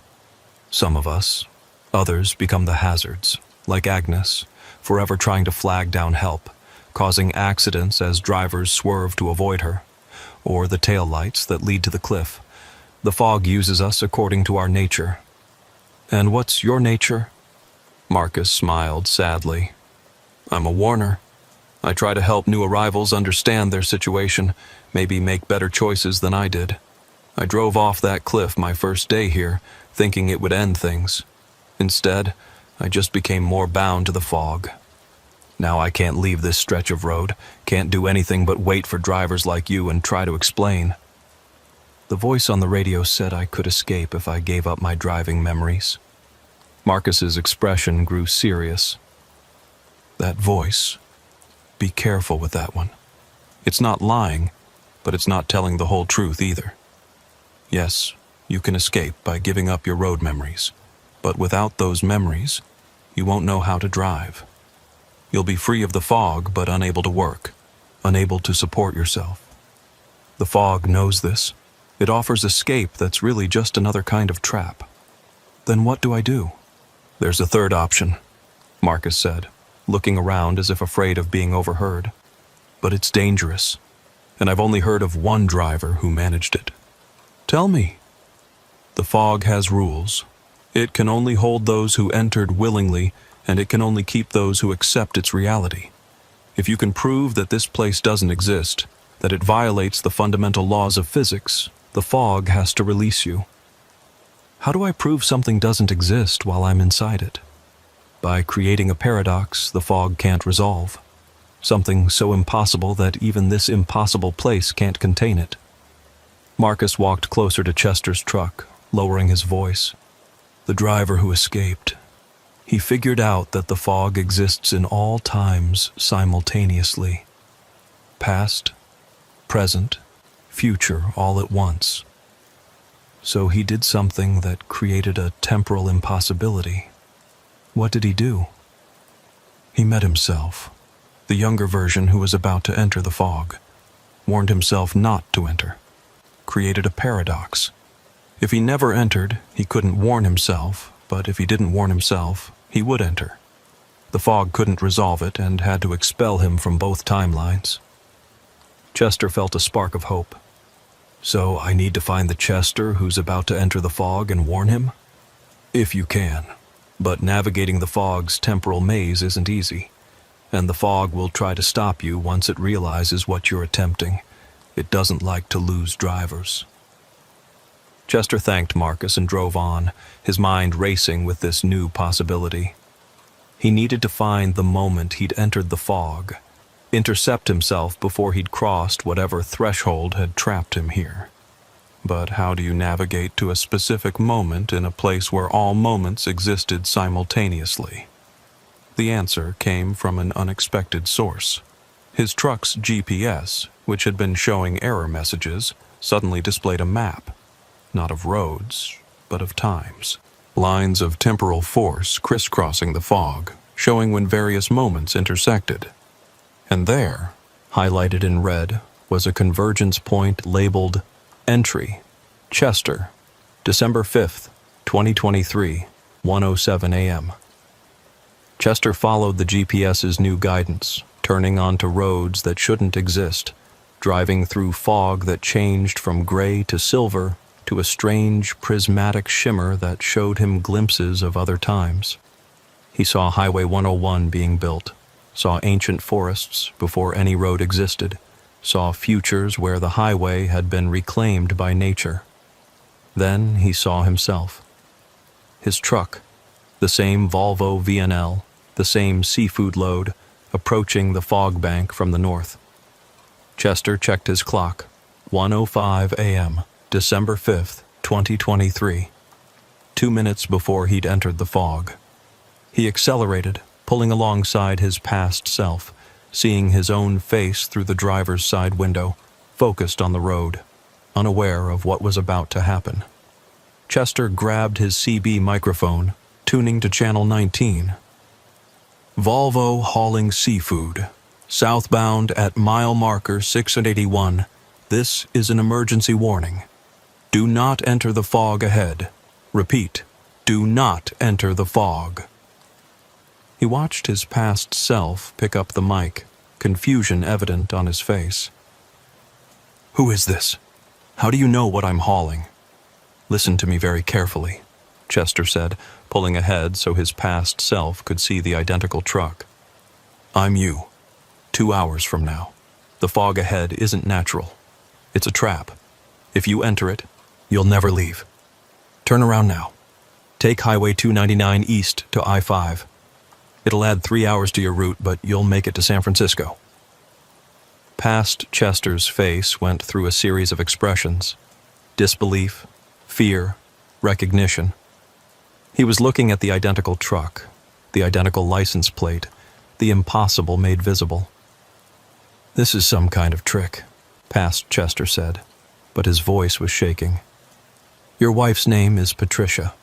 You've been married 12 years. Your daughter Emma just started college at Oregon State. You're hauling 20,000 pounds of salmon and halibut for Fisherman's Wharf markets. Your dispatcher is Tom Martinez, and he still owes you $50 from that poker game last month. Need more proof? Past Chester was slowing down now, his truck falling back. The fog bank loomed ahead, a wall of gray reaching across the highway like grasping fingers. If you're really me, past Chester said, tell me something only I would know. Chester thought quickly. You're thinking about retiring in 5 years, buying that fishing boat you've had your eye on, the 1987 Grady White. You haven't told Patricia yet because you're not sure she'll approve of spending that much, but you've already picked out a name for it. Second Wind. That did it. Past Chester hit his brakes, his truck slowing to a stop just yards from the fog bank. Chester watched his past self sit there, staring at the wall of gray, then slowly begin to reverse, to turn around. The moment past Chester's truck headed north, away from the fog, the world around Chester exploded. The fog screamed, not with sound, but with vibration that Chester felt in his bones. The road beneath him cracked and split. The trees writhed more violently, reaching for his truck with branch fingers. The radio erupted with 1,000 voices, all shouting at once. Paradox! Violation! Impossible! Chester's truck shook as if caught in an earthquake. His windshield cracked. Warning lights flashed across his dashboard. The GPS screen showed temporal lines colliding, fracturing, creating a spiderweb of impossibility centered on his location. You cannot do this! The original radio voice roared, no longer calm but filled with rage. You are ours! You entered willingly! You cannot leave! But Chester could feel it, the fog's grip weakening, its reality becoming unstable. By preventing himself from entering, he'd created an irreconcilable paradox. He existed in the fog, but he'd never entered the fog. He was both trapped and free, present and absent. The void he'd seen earlier appeared in front of him, not at a cliff's edge, but in the middle of the road, a hole in reality itself. It was pulling him in, but not toward dissolution, toward expulsion. The fog was ejecting him like a body rejecting a transplanted organ that didn't match. Chester pressed the accelerator, driving straight into the void. The sensation of passing through the void was like being turned inside out, while simultaneously compressed to a single point and stretched across infinity. Chester's consciousness fragmented, experiencing every moment of his driving career simultaneously. His first time behind the wheel of a big rig, every delivery, every sunrise, every cup of truck stop coffee, all at once. Then, suddenly, he was through. Chester found himself parked on the shoulder of Highway 101 just south of Leggett. His truck was off, the engine cold. The fog was gone, replaced by a clear night sky filled with stars. His phone showed 3:47 a.m., December 5th, 2023. According to the timestamp, only 2 hours and 40 minutes had passed since he'd entered the fog. His hands were shaking as he checked his GPS. It showed his location normally, no temporal maps or impossible readings. His CB radio was silent except for the normal late-night chatter of other drivers. Everything seemed normal. Had it been real?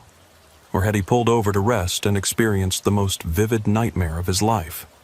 Then he noticed his windshield. A crack ran across it in a pattern that matched exactly what had happened when the fog had screamed. His fuel gauge showed the same 3/4 full it had throughout his time in the fog, despite having driven what felt like hundreds of miles. And on his CB radio, stuck to the handset, was a note he didn't remember placing there. "Remember us. Marcus." Chester sat there for a long time, trying to process what had happened. Then he started his truck and continued south towards San Francisco. His seafood load was still fresh, still on time for delivery. To anyone checking his electronic logs, it would look like he'd taken a brief rest stop, nothing more. But as he drove, Chester noticed things he'd never paid attention to before.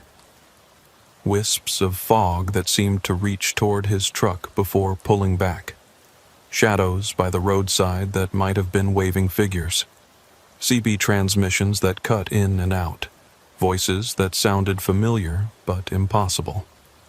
He made his delivery in San Francisco without incident, collected his paperwork, and headed back north. But when he reached the area where he'd encountered the fog, he took Highway 299 east to I-5, adding 3 hours to his route. He would always take the longer route from then on. 3 days later, Chester was at a truck stop in Oregon when another driver approached him, a young woman who looked exhausted and frightened.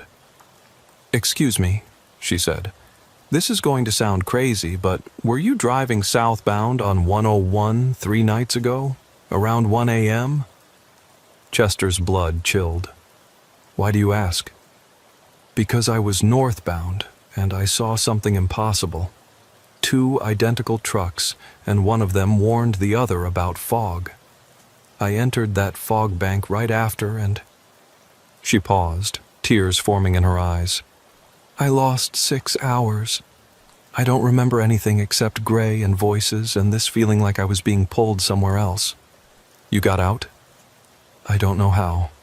One moment I was lost, the next I was parked at a rest area with no memory of stopping. But ever since, I keep seeing things.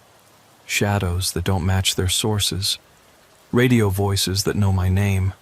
And last night I saw a woman by the road trying to flag me down, but she kept resetting like a broken video." Chester looked at the young driver, probably no more than 25, new to the profession, terrified by something she couldn't explain. "What's your name?" he asked. "Jennifer." "Jennifer, let me buy you a cup of coffee. There are some things you need to know about the fog." They sat in the truck stop diner until dawn, Chester explaining everything he'd experienced, everything Marcus had told him, everything he'd learned about the fog's nature and rules. Jennifer listened, her expression cycling through disbelief, recognition, and finally, a kind of grim acceptance. "So it's still out there," she said, "waiting for more drivers." "Always has been. Probably always will be. The fog is part of the road now. Maybe has been since the first paths were cut through these mountains. But we can warn others. We can watch for the signs. We can help." Jennifer nodded slowly. "Those voices on the CB, the ones that know things they shouldn't, are they all trapped drivers?" "Some of them. Others are like Marcus, trying to help. And some." Chester paused, remembering the tail lights leading to the cliff. "Some have become something else. Something dangerous." Over the following months, Chester started noticing more drivers who'd had encounters with the fog. Most had lost only a few hours, escaping before being fully trapped. But they all described the same things: the voices, the moving trees, the woman who kept resetting, the feeling of being pulled into something vast and hungry. He started an informal network, drivers who'd experienced the fog watching out for others, warning about the danger zones, sharing information about when and where the fog was strongest. They called themselves the Fog Watchers, and their numbers grew steadily. One night, 6 months after his escape, Chester was driving a different route entirely, I-5 through Oregon, when his CB crackled to life with a familiar voice. "Chester, this is Marcus. Can you hear me?" Chester grabbed his mic, his heart racing. "Marcus? How are you reaching me? I'm nowhere near 101. "The fog extends further than you know, friend. Its roads connect to all roads eventually. I'm calling to warn you. The fog remembers you. It remembers what you did, and it's angry." "What do you mean?" "You showed others how to escape. You created a network of watchers. The fog sees this as theft, taking what it considers rightfully claimed. It's going to try to reclaim you, Chester. Not just you, but all the Fog Watchers." "How?" "It's learning to extend beyond the coastal routes, patches of fog that appear on clear nights, sections of road that don't match the maps. Drivers are disappearing again, but not just on 101. Be careful, Chester. Watch for the signs, and whatever you do, don't follow any tail lights you don't recognize." The transmission ended with static, and Chester couldn't raise Marcus again. But the warning proved prophetic. Over the next few weeks, fog watchers reported encounters across the West Coast. Not just California, but Oregon, Washington, even inland into Nevada and Idaho. The fog was spreading, or maybe it had always been there, waiting for the right moment to expand its hunting grounds. Chester found himself at the center of an underground movement of drivers sharing information, posting warnings, developing strategies to identify and avoid the fog's traps. They created codes for the CB, signals to warn other drivers without sounding crazy to those who hadn't experienced it. 3 clicks of the mic meant fog ahead. 5 meant someone had disappeared. 7 was a call for all fog watchers to converge and attempt a rescue. But the fog adapted too. It learned their codes, mimicked their voices, created false warnings to lure drivers into traps. It was an arms race between an entity that existed outside normal reality and a group of truckers trying to protect their own. One night, Chester received a call from Jennifer. She was crying, barely coherent. "Chester, I saw him. My partner, David. He entered the fog 3 hours ago on 101 near Crescent City. I tried to warn him, but he thought I was being paranoid. The fog took him." "Where are you now?" "At the same spot. I can see the fog bank. It's just sitting there, waiting. Chester, I can hear him on the CB. He's calling for help, but his voice, it sounds wrong, like he's already changing." Chester was 4 hours away, but he started driving immediately. He put out the 7-click signal, and within minutes, other fog watchers were responding, converging on Jennifer's location. When Chester arrived, there were 8 trucks lined up along the highway, their lights piercing into a wall of fog that seemed to pulse with malevolent life. Jennifer was standing with the other drivers, her face drawn with fear and determination. "He's still in there," she said. "I can hear him every few minutes, but he doesn't sound human anymore." Chester approached the fog wall, stopping just inches from its surface. This close, he could see that it wasn't uniform. There were patterns in it, swirls and eddies that suggested movement within, and there were shapes, vague suggestions of vehicles and figures moving through the gray. "David," Chester called out. "David, if you can hear me, drive toward my voice." For a moment, nothing. Then, faintly, they heard an engine approaching. Headlights appeared in the fog, growing brighter. But as the vehicle emerged, Chester's hope turned to horror. It was David's truck, but it had been changed. The metal was partially translucent, as if it existed only partially in this reality. And David himself, visible through the cab window, was transforming.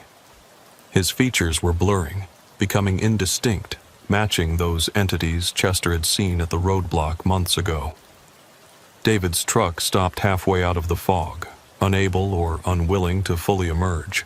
Through the CB, his voice came through, distorted and hollow.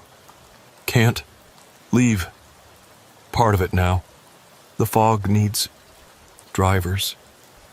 Always needs more." Jennifer started toward the truck, but Chester caught her arm. "That's not David anymore. Not entirely. If you touch him, the fog might claim you too.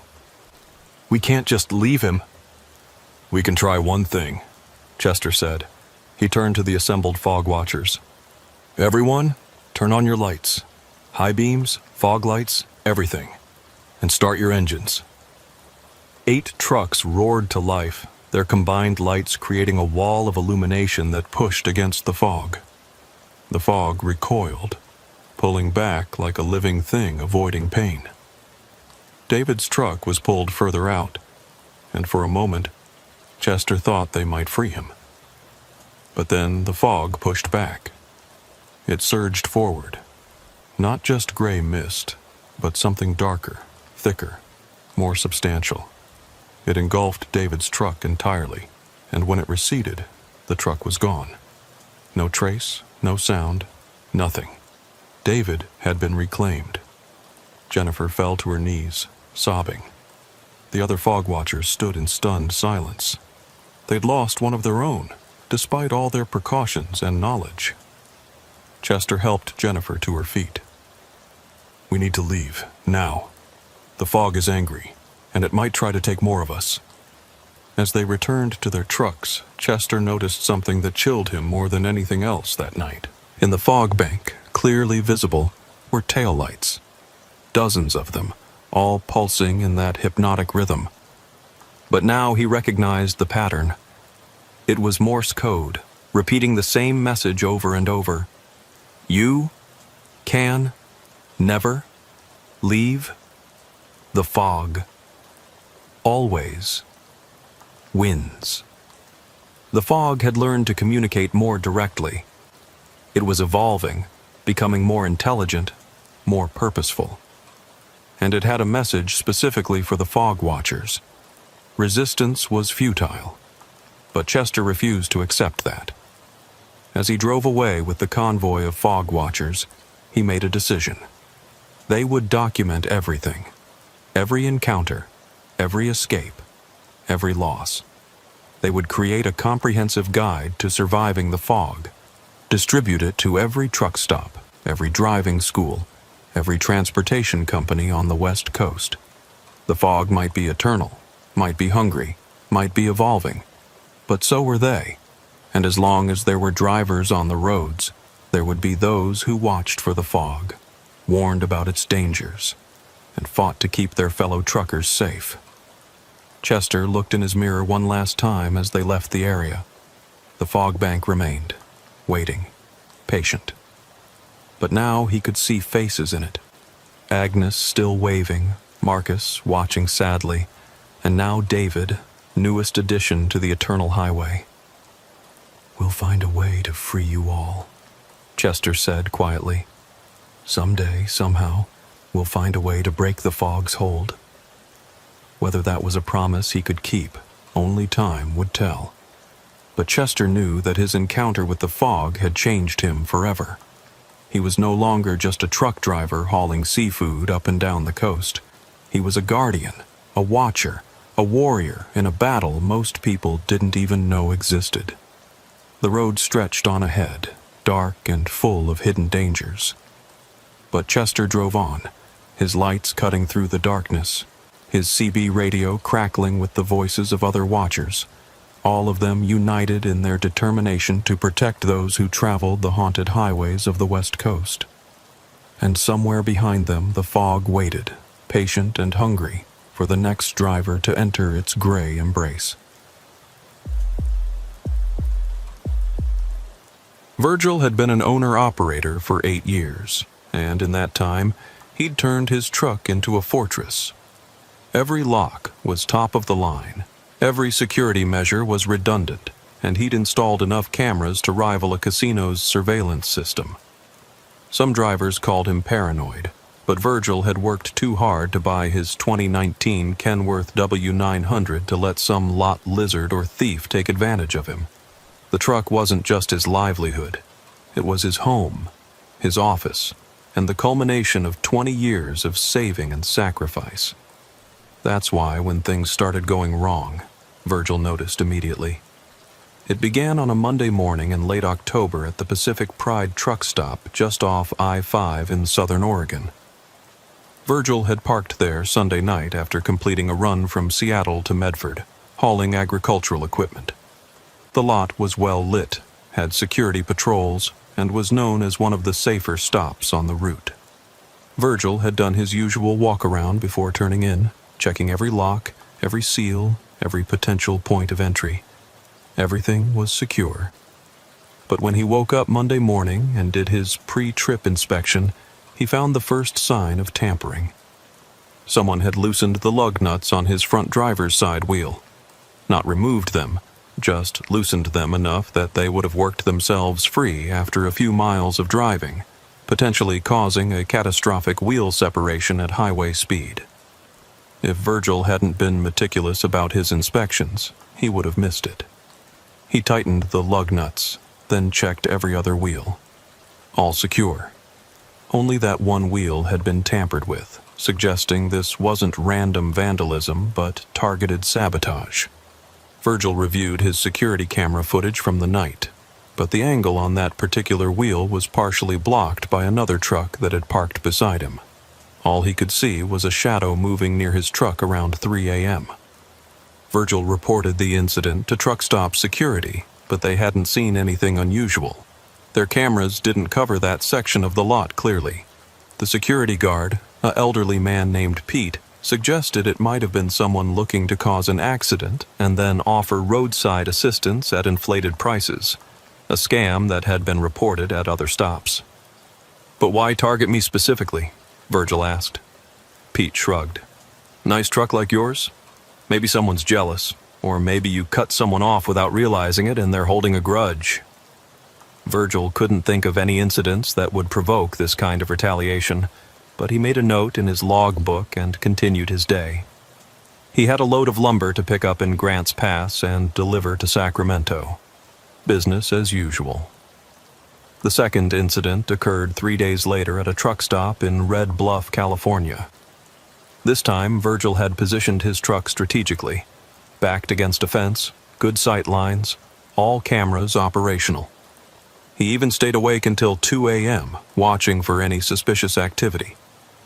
When he finally went to sleep, he set proximity alarms that would alert him if anyone came within 5 feet of his truck. The alarms never went off. But in the morning, Virgil discovered that someone had put sugar in his fuel tank. Not a lot, just enough to potentially cause engine problems down the road. He only discovered it because he'd developed a habit of checking his fuel cap every morning, and this time he noticed granular residue around the opening. Virgil had to have his tanks drained and cleaned, losing a full day of work and spending nearly $2,000 on the service.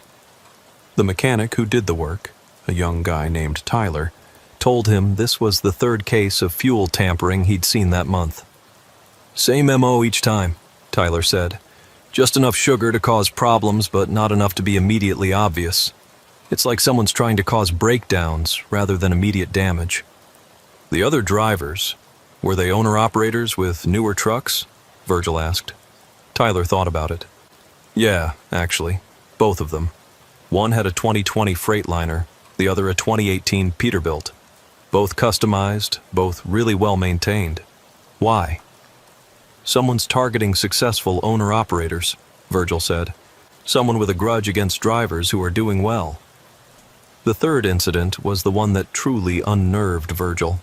He'd been hyper-vigilant for a week, parking only at major chain truck stops with excellent security, never leaving his truck unattended, checking and rechecking everything. He'd even started sleeping in shifts, waking every 2 hours to do a walk-around. It was a Thursday night at the Flying J in Redding, California. Virgil had just picked up a load of electronics in Portland, bound for Los Angeles, a high-value shipment that required extra security precautions anyway. He'd been awake until 3 a.m., had done his walk-around, and everything was perfect. He set his alarm for 5 a.m., planning another inspection before he started driving. But when he woke up, something felt wrong. Nothing he could put his finger on, just a sense that something was off. He did his walk-around and found nothing amiss. Checked his cameras, no unusual activity.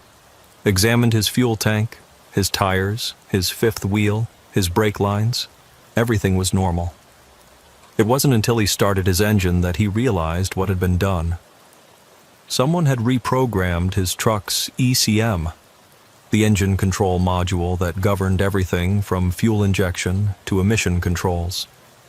The engine started normally, but the settings had been altered to cause gradual damage. The fuel mixture was too rich, the timing was off, and the emission controls were disabled. If Virgil had driven with these settings, his engine would have suffered severe damage within a few hundred miles. The truly disturbing part was that accessing the ECM required specialized equipment and knowledge. This wasn't something a casual vandal could do. This was professional-level sabotage. Virgil called the police this time. Officer Rachel Martinez responded, taking his report seriously once she understood the sophistication of the tampering. "Mr. Reeves," she said, using Virgil's last name. "This level of targeting suggests someone with inside knowledge of trucking, possibly someone in the industry. Can you think of anyone who might have a grudge against you? Former employees, business rivals, anyone?" Virgil had been an owner-operator his entire 8 years, never had employees. His business relationships were all positive as far as he knew. He couldn't think of anyone who would do this. "What about other drivers experiencing similar problems?" Virgil asked. Officer Martinez checked her tablet. "There have been several reports of truck tampering in the past month, but nothing this sophisticated. Mostly it's been fuel contamination, tire damage, that sort of thing." "All owner-operators?" She checked again. "Actually, yes. All owner-operators with trucks less than 5 years old. That's an interesting pattern." Martinez promised to investigate further, but Virgil knew that without catching someone in the act, there wasn't much law enforcement could do. He needed to take matters into his own hands. Virgil had the ECM reset at a dealership, costing him another day and another $1,000. But while he was there, he had them install additional security measures, hidden cameras, motion sensors, even a GPS tracker that would alert him if his truck moved without him in it. He also started reaching out to other owner-operators, creating an informal network to share information about tampering incidents. What he learned was troubling. Over the past 2 months, at least 15 owner-operators had experienced some form of sabotage. The methods varied. contaminated fuel, loosened components, damaged airlines, tampered electronics, but the pattern was consistent. All were successful owner-operators with newer, well-maintained equipment. One driver, a woman named Carol from Spokane, had a theory. "It's someone who resents our success," she said during a conference call Virgil organized. "Someone who thinks we don't deserve what we have. Maybe a driver who lost their truck, went bankrupt, and blames owners like us for their failure." It was plausible, but it didn't narrow down the suspect pool much. The trucking industry was full of people who'd failed for various reasons, many of them bitter about it. The breakthrough came from an unexpected source. Virgil was at the Petro truck stop in Bakersfield, California, having just completed his inspection and found no tampering for 3 days straight. He was starting to hope the saboteur had moved on when an elderly woman approached his truck. She was wearing a truck stop employee uniform with the name Ethel on her badge, and she looked nervous. "You're Virgil Reeves?" she asked. "That's right. Can I help you?" Ethel looked around nervously, then stepped closer. "I need to tell you something, but you didn't hear it from me, understand?" Virgil nodded, his attention fully focused.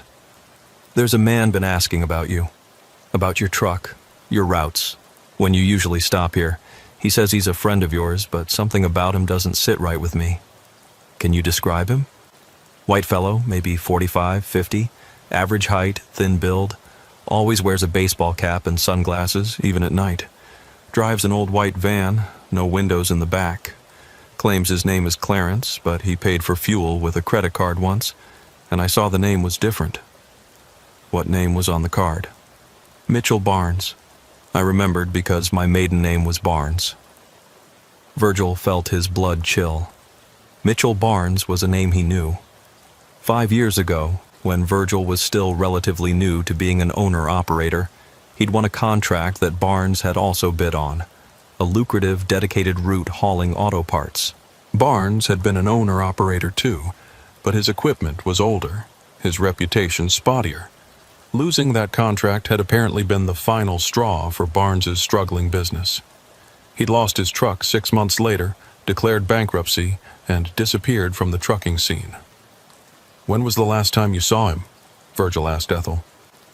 "This morning, actually. He was in the shop buying cable ties and electrical tape. Paid cash this time. Cable ties and electrical tape. Perfect for securing something to the underside of a truck, like a tracking device or a bomb." Virgil thanked Ethel and immediately went back to his truck for a thorough inspection. Using a mirror on a telescoping pole, he examined every inch of the undercarriage. It took him 45 minutes, but he finally found it. A small black box attached to his fuel tank with heavy-duty magnets. It was a GPS tracker, but not a commercial model. This one had been modified with additional components that Virgil didn't recognize.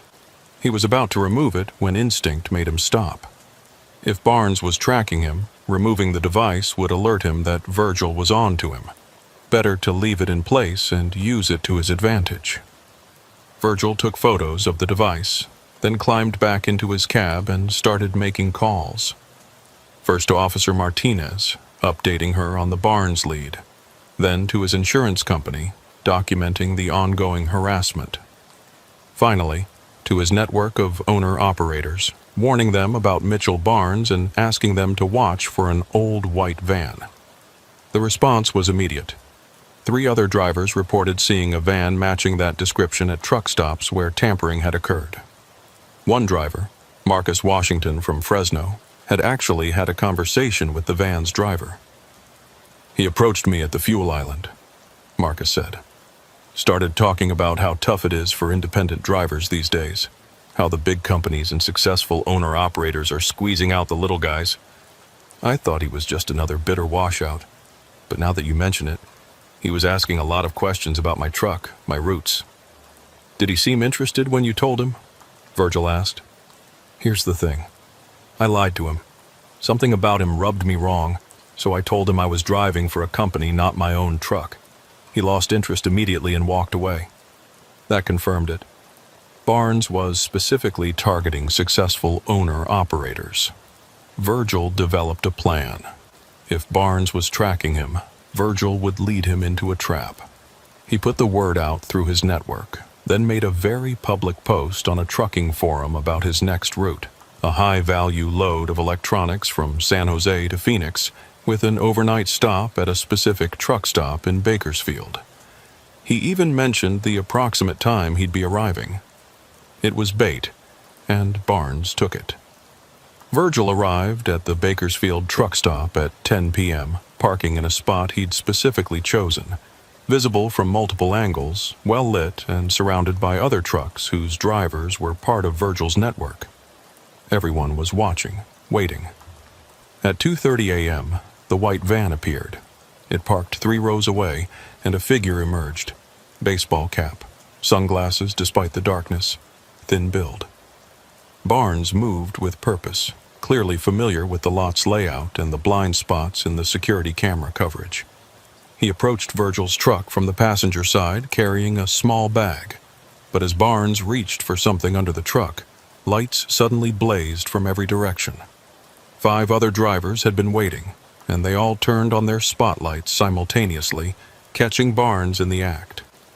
He had a cordless drill in one hand and what looked like a brake line cutting tool in the other. "Mitchell Barnes!" Virgil called out from his cab, his voice amplified by his truck's PA system. "Step away from the truck. The police are on their way." Barnes froze, then tried to run, but the other drivers had positioned themselves strategically. Wherever Barnes turned, there was another truck blocking his escape route. He was trapped in a circle of light and steel. Officer Martinez arrived within minutes, along with backup.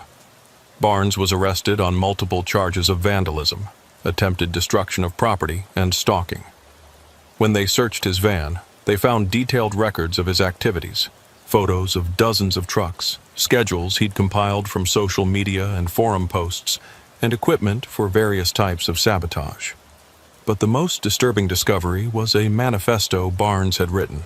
In it, he blamed successful owner-operators for his failure, claiming they'd conspired to force him out of business. He'd convinced himself that by sabotaging their equipment, he was leveling the playing field and fighting back against the elite.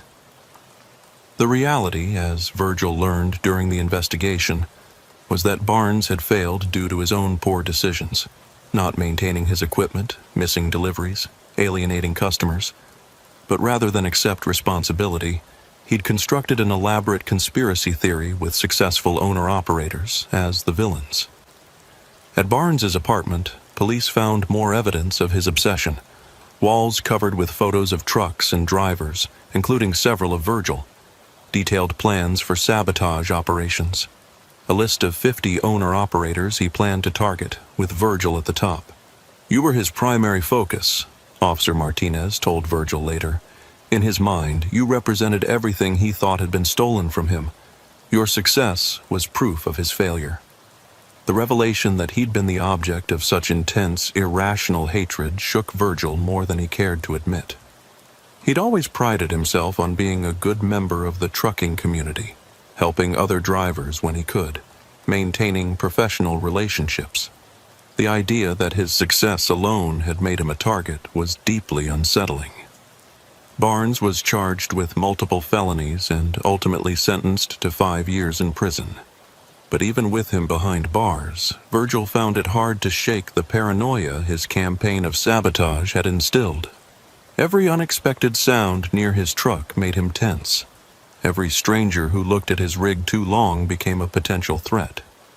The other drivers who'd been targeted formed a support group of sorts, meeting at truck stops to share their experiences and coping strategies. They discovered that many of them had been struggling with similar anxiety and hypervigilance. "He took something from us," Carol said during one gathering. "Not just money or time, but our sense of security. The feeling that our trucks were safe spaces." Virgil knew she was right. His truck, once his sanctuary, now felt vulnerable.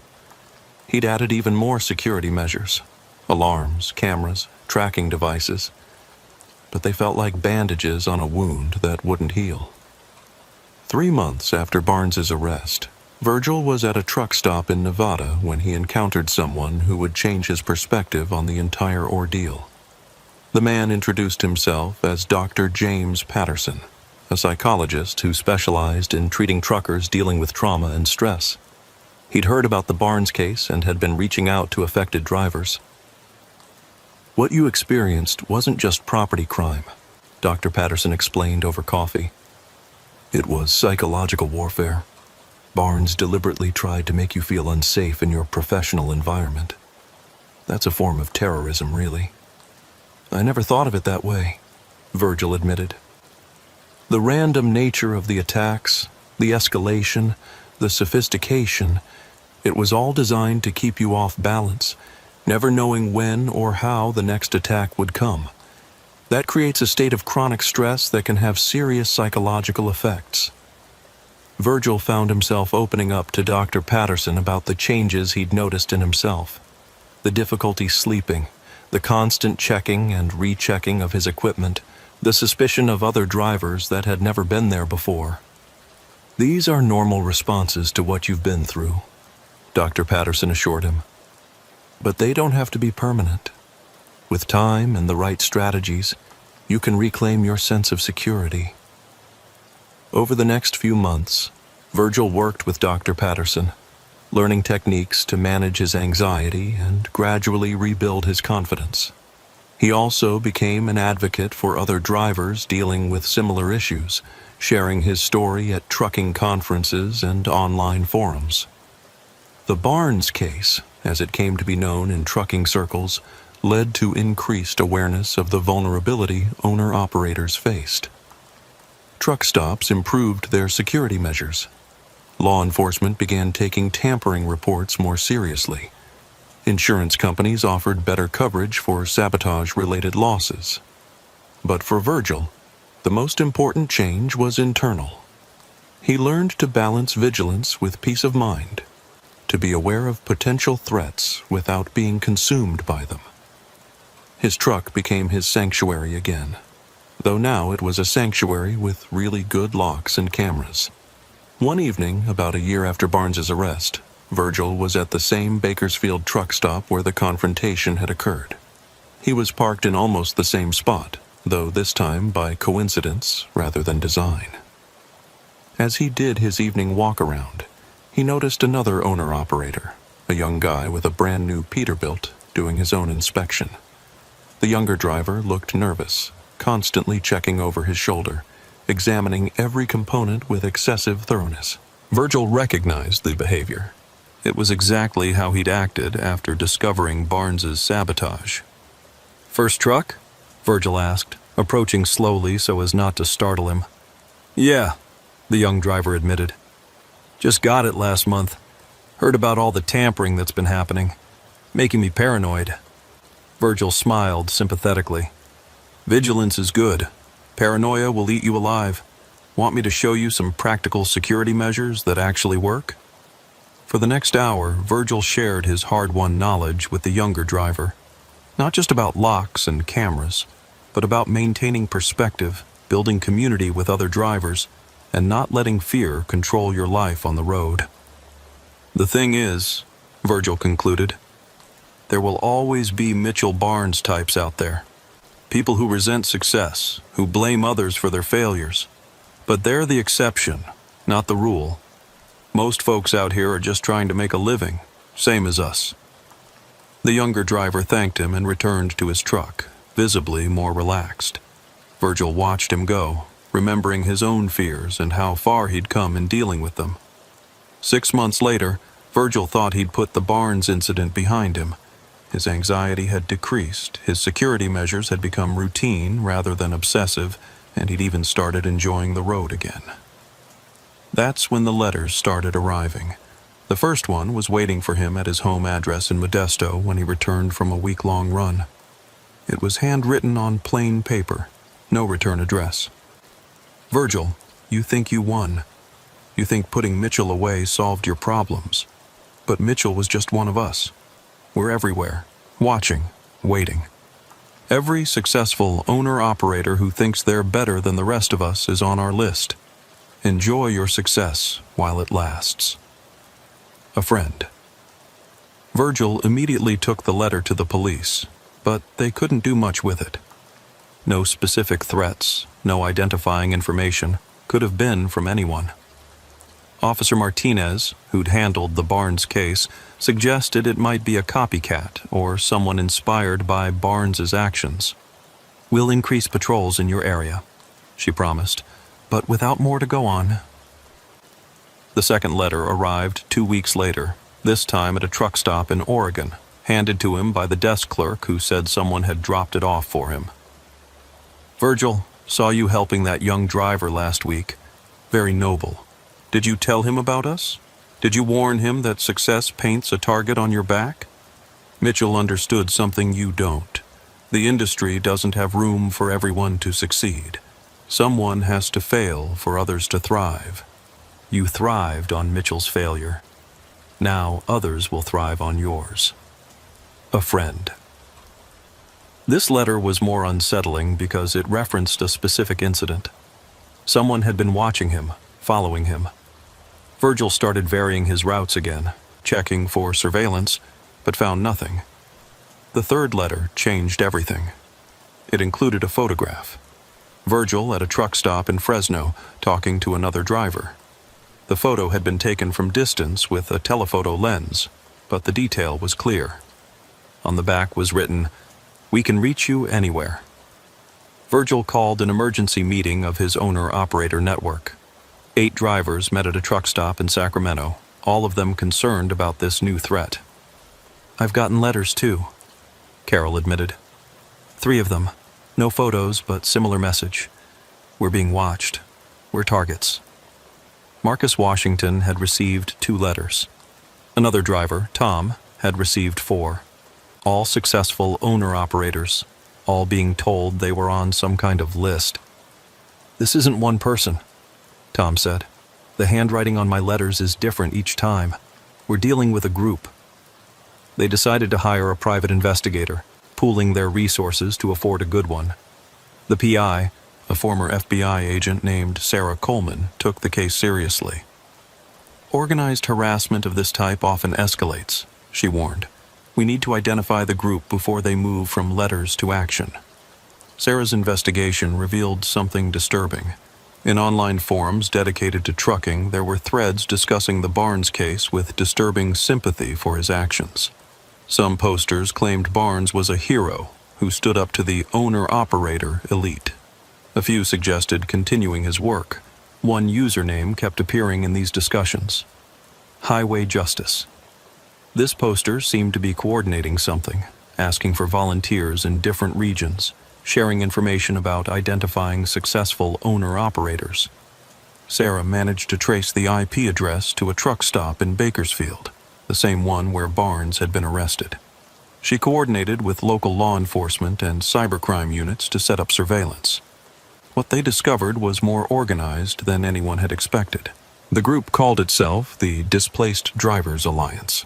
Failed owner-operators, drivers who'd lost their CDLs, and others who blamed successful truckers for their problems. They met monthly at different truck stops, sharing information about targets, discussing tactics, and reinforcing each other's grievances. The leader was Clarence Hoffman, though he often used aliases. He was a former owner-operator who'd lost everything in a bankruptcy 5 years earlier, around the same time as Mitchell Barnes. Unlike Barnes, who'd acted alone, Clarence had decided to build a movement. Law enforcement moved in during one of their meetings, arresting 7 members, including Clarence.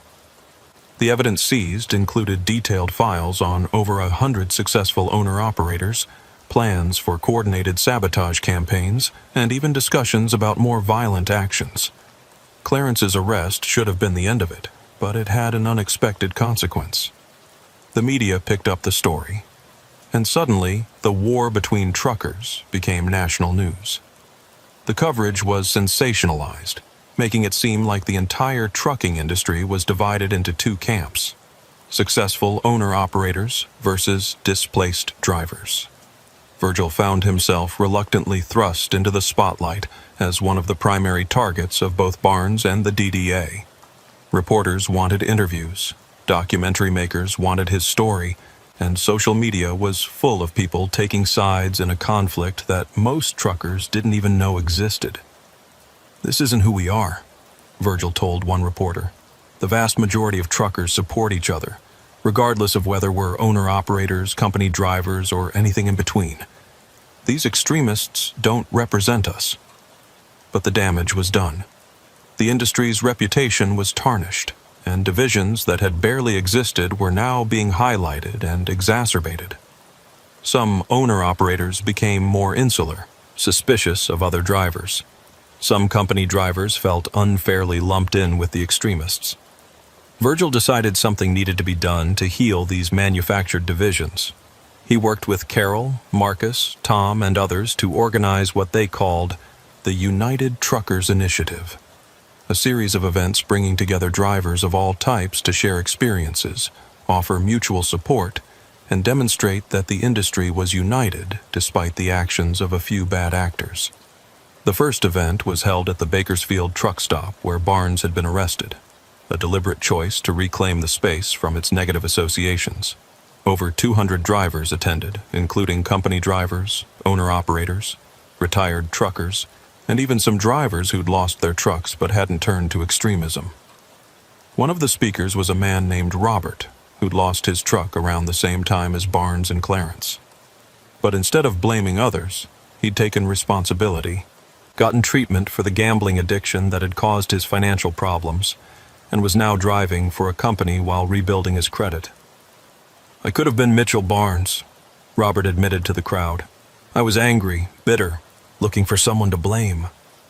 But then I realized the only person responsible for my failure was me, and the only person who could fix it was me." His words resonated with many in attendance, including some who'd been sympathetic to Barnes and the DDA's message. The event was a success, leading to similar gatherings across the West Coast. But even as the community healing began, Virgil couldn't shake the feeling that he was still being watched. The paranoia that Barnes had instilled, that the DDA had reinforced, lingered like a shadow. One night, parked at a truck stop in Portland, Virgil was doing his usual walk around when he noticed someone watching him from across the lot.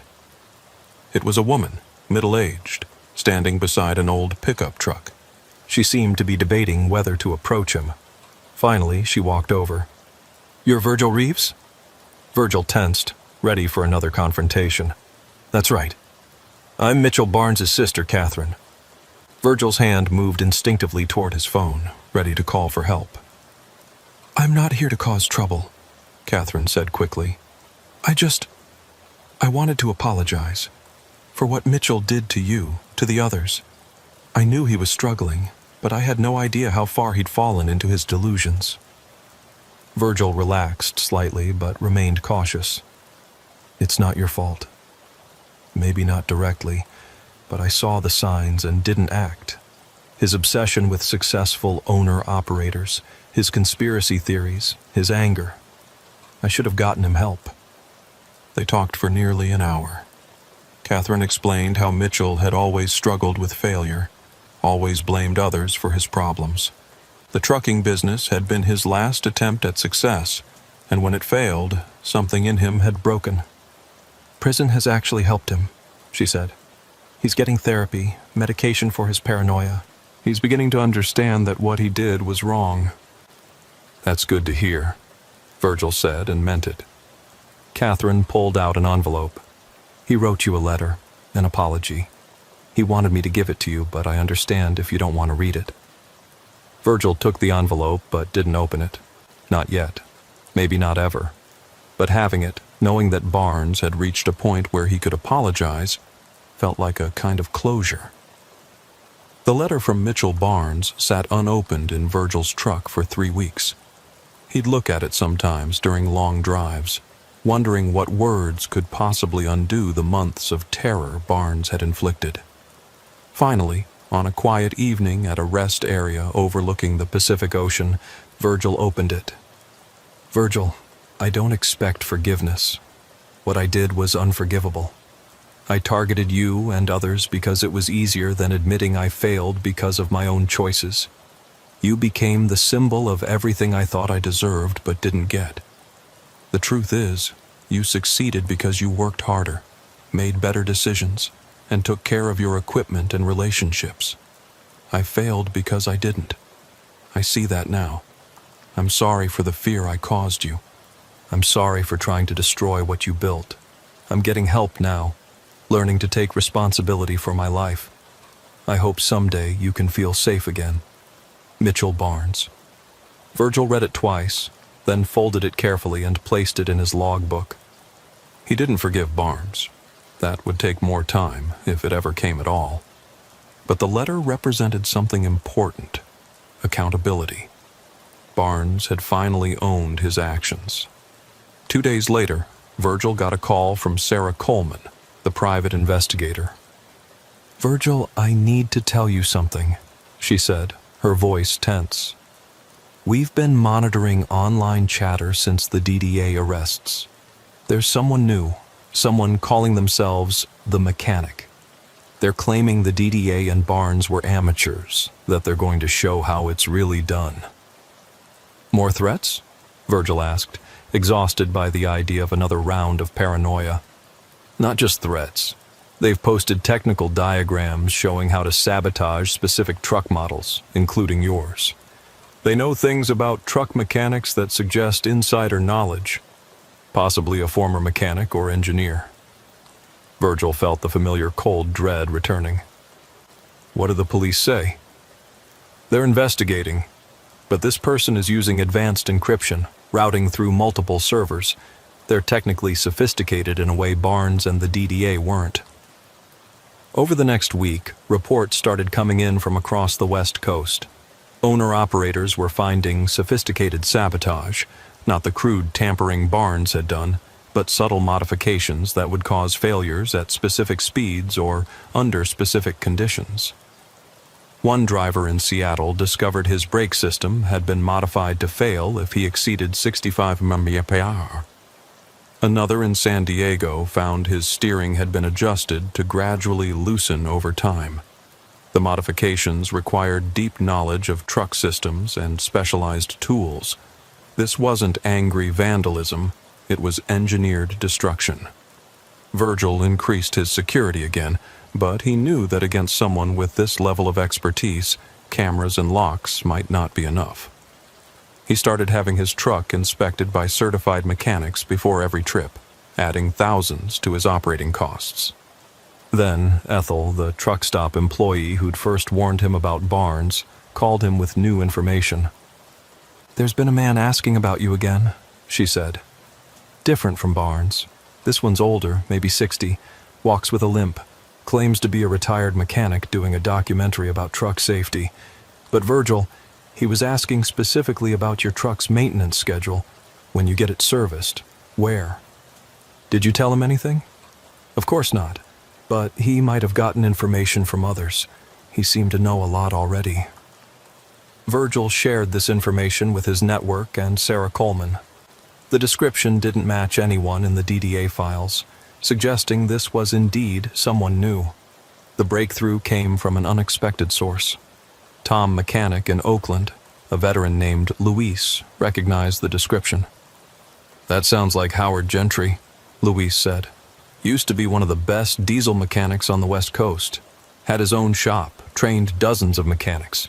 But he lost everything about 10 years ago in a lawsuit." "What kind of lawsuit?" Sarah Coleman asked. "A driver claimed Howard's negligent maintenance caused an accident. The driver was an owner-operator who'd been bringing his truck to Howard for years. After the accident, he sued Howard for everything. Howard lost his shop, his reputation, everything." Sarah dug into the records and found the case. The driver who'd sued Howard Gentry was Richard Vance, a successful owner-operator who'd walked away from the accident with minor injuries, but had seen an opportunity for a payday. The lawsuit had been questionable at best. The accident was more likely due to driver error than maintenance issues. But Howard hadn't been able to afford good lawyers. "Where's Richard Vance now?"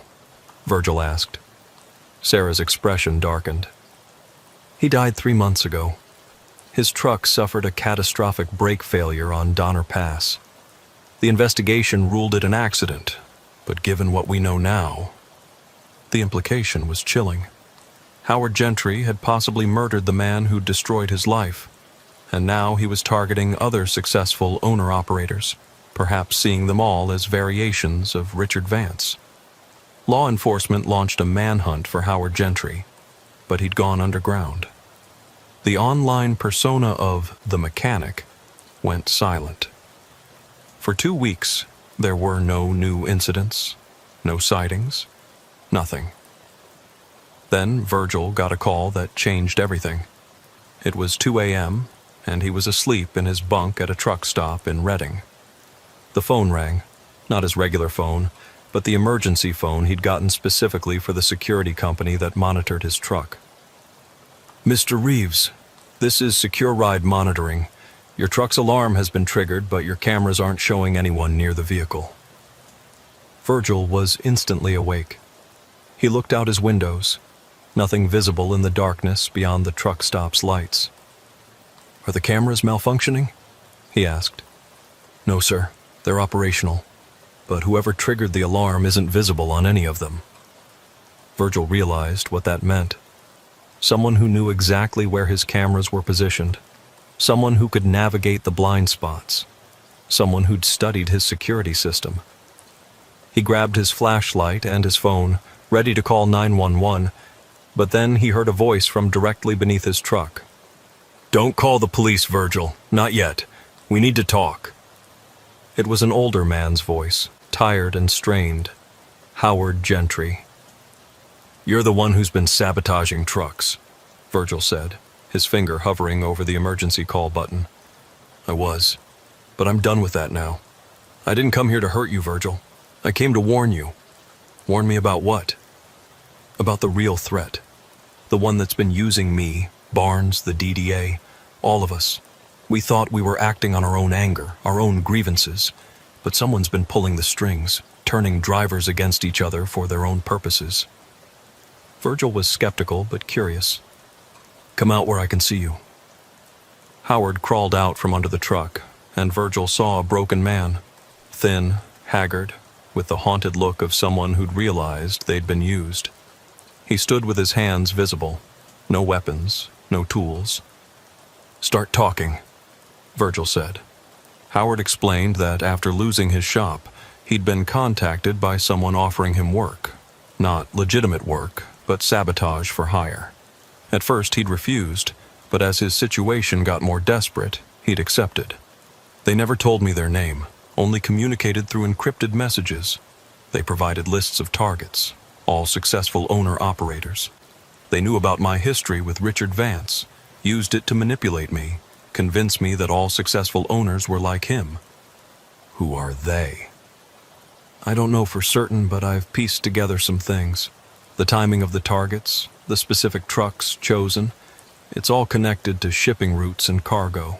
Someone's using the sabotage to disrupt specific supply chains, probably for economic advantage." Virgil's mind raced. This wasn't about trucker rivalries or personal grievances. This was corporate sabotage, using angry and desperate individuals as unwitting tools.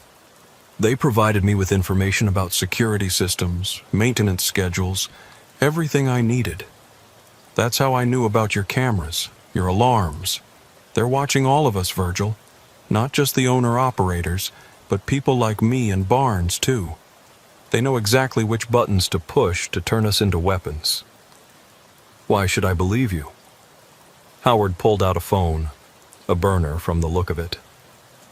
"Because I recorded my last conversation with them. They wanted me to do something bigger, something that would kill multiple drivers. I refused, and they threatened me. That's when I realized I was just a tool to them." He played the recording. The voice was disguised, electronic, but the content was clear. Instructions for causing a massive pileup on I-5 by sabotaging multiple trucks to fail simultaneously at a specific location. The caller mentioned insurance payouts, stock prices, and market disruptions. "This is evidence of conspiracy to commit mass murder," Virgil said. "We need to take this to the FBI." "I know. That's why I came to you. You're the one who exposed Barnes, who helped bring down the DDA. You have credibility. They'll believe you." Virgil called Sarah Coleman first, then the FBI. Within hours, Howard was in custody, cooperating fully with federal investigators. The recording and Howard's testimony opened up a massive investigation into corporate sabotage and attempted murder. The investigation revealed a conspiracy that went far beyond what anyone had imagined. A consortium of shipping companies had been orchestrating the sabotage to eliminate independent owner-operators and create disruptions they could exploit for profit. They'd identified vulnerable individuals like Barnes, the DDA members, and Howard, and manipulated them into doing their dirty work. The FBI raids that followed arrested 17 corporate executives and logistics managers across 3 states. The evidence seized included detailed psychological profiles of potential saboteurs, plans for supply chain disruptions, and financial records showing massive profits from the manufactured chaos. Howard Gentry was sentenced to 15 years but got reduced time for cooperation. Mitchell Barnes, learning that he'd been manipulated, provided additional testimony from prison. The DDA members, realizing they'd been pawns in someone else's game, cooperated fully with investigators. The trucking industry reeled from the revelations. The idea that corporate interests had deliberately turned drivers against each other for profit was a betrayal that cut deep. But it also had an unexpected positive effect. It united drivers in a way nothing else could have. The United Truckers Initiative that Virgil had helped start grew into a national movement. Owner-operators and company drivers stood together against corporate manipulation. New regulations were passed to protect independent drivers from predatory practices. Insurance companies were required to investigate claims more thoroughly to prevent sabotage from being hidden as accidents. Virgil found himself testifying before Congress about his experiences. He spoke about the fear, the paranoia, the division that had been deliberately created within the trucking community. "They wanted us to destroy each other," he told the committee, "so they could profit from the chaos. They took advantage of real grievances, real pain, and weaponized it. We can't let that happen again." In the aftermath of what became known as the Highway Conspiracy, Virgil noticed a change in the trucking community. Drivers were more supportive of each other, more aware of how outside forces might try to divide them. The CB chatter included more check-ins, more offers of help, more solidarity. One evening, a year after the conspiracy was exposed, Virgil was at the Bakersfield truck stop where so much had happened. He was doing his usual walk-around when he noticed a young driver struggling with a tire change. Without hesitation, Virgil went to help.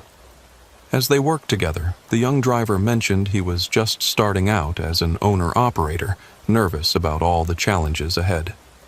"The road's got plenty of challenges," Virgil told him, "but the biggest threat isn't out there on the highway. It's the people who want to see us fail, who profit from our division. Stay connected with other drivers, support each other. Don't let anyone turn you against your fellow truckers." The young driver nodded, absorbing the wisdom. "Is it true what they say? That you were the one who exposed the whole conspiracy?" "I was just one part of it," Virgil said. "It took all of us, the victims, the investigators, even the people who'd been manipulated into participating. It took a community." As Virgil returned to his truck, he reflected on how much had changed. His Kenworth still had all its security measures, but they felt less like armor against a hostile world and more like reasonable precautions. The paranoia that had once consumed him had transformed into vigilance tempered with community support. He climbed into his cab, did his final checks, and started the engine. The road stretched ahead, dark and full of possibilities, but Virgil no longer faced it alone. He was part of a community that had been tested by manipulation and division, but had emerged stronger and more united. The CB crackled to life with the usual chatter. drivers sharing information about weather, traffic, and good places to eat. But now there was something else in those conversations, an undercurrent of solidarity that hadn't been there before. "This is Virgil, heading south on I-5, he said into the mic. "Everyone drive safe out there. And remember, we're all in this together." The responses came back immediately. Dozens of drivers acknowledging his message, wishing him safe travels. The conspiracy had tried to turn them against each other, but instead, it had reminded them of a fundamental truth. On the dark highways of America, truckers had to look out for each other, because sometimes no one else would. As he drove into the night, Virgil thought about Mitchell Barnes in prison, getting therapy and possibly finding redemption. He thought about Howard Gentry, paying for his crimes but having found the courage to expose the larger conspiracy. He thought about all the drivers who'd been targeted, manipulated, and hurt, but who'd refused to let it break them. The road had tested them all in different ways. Some had failed those tests, giving in to anger, resentment, and manipulation. But in the end, the truth had prevailed, and the community had survived. Virgil's lights cut through the darkness as he headed south, one truck among thousands keeping America moving. Behind him, the lights of other trucks followed, and ahead, more lights led the way. They were all connected, all part of the same flowing river of commerce and community. The saboteurs' game had been exposed and defeated. The road belonged to the drivers again. Harold had been driving the night shift routes along Highway 99 through California's Central Valley for 11 years, and he'd developed a reputation as the driver who'd take the loads nobody else wanted. The 2 a.m. pickups, the unmarked warehouses, the cargo that came with pages of non-disclosure agreements. If the money was right and the paperwork was legal, Harold would haul it.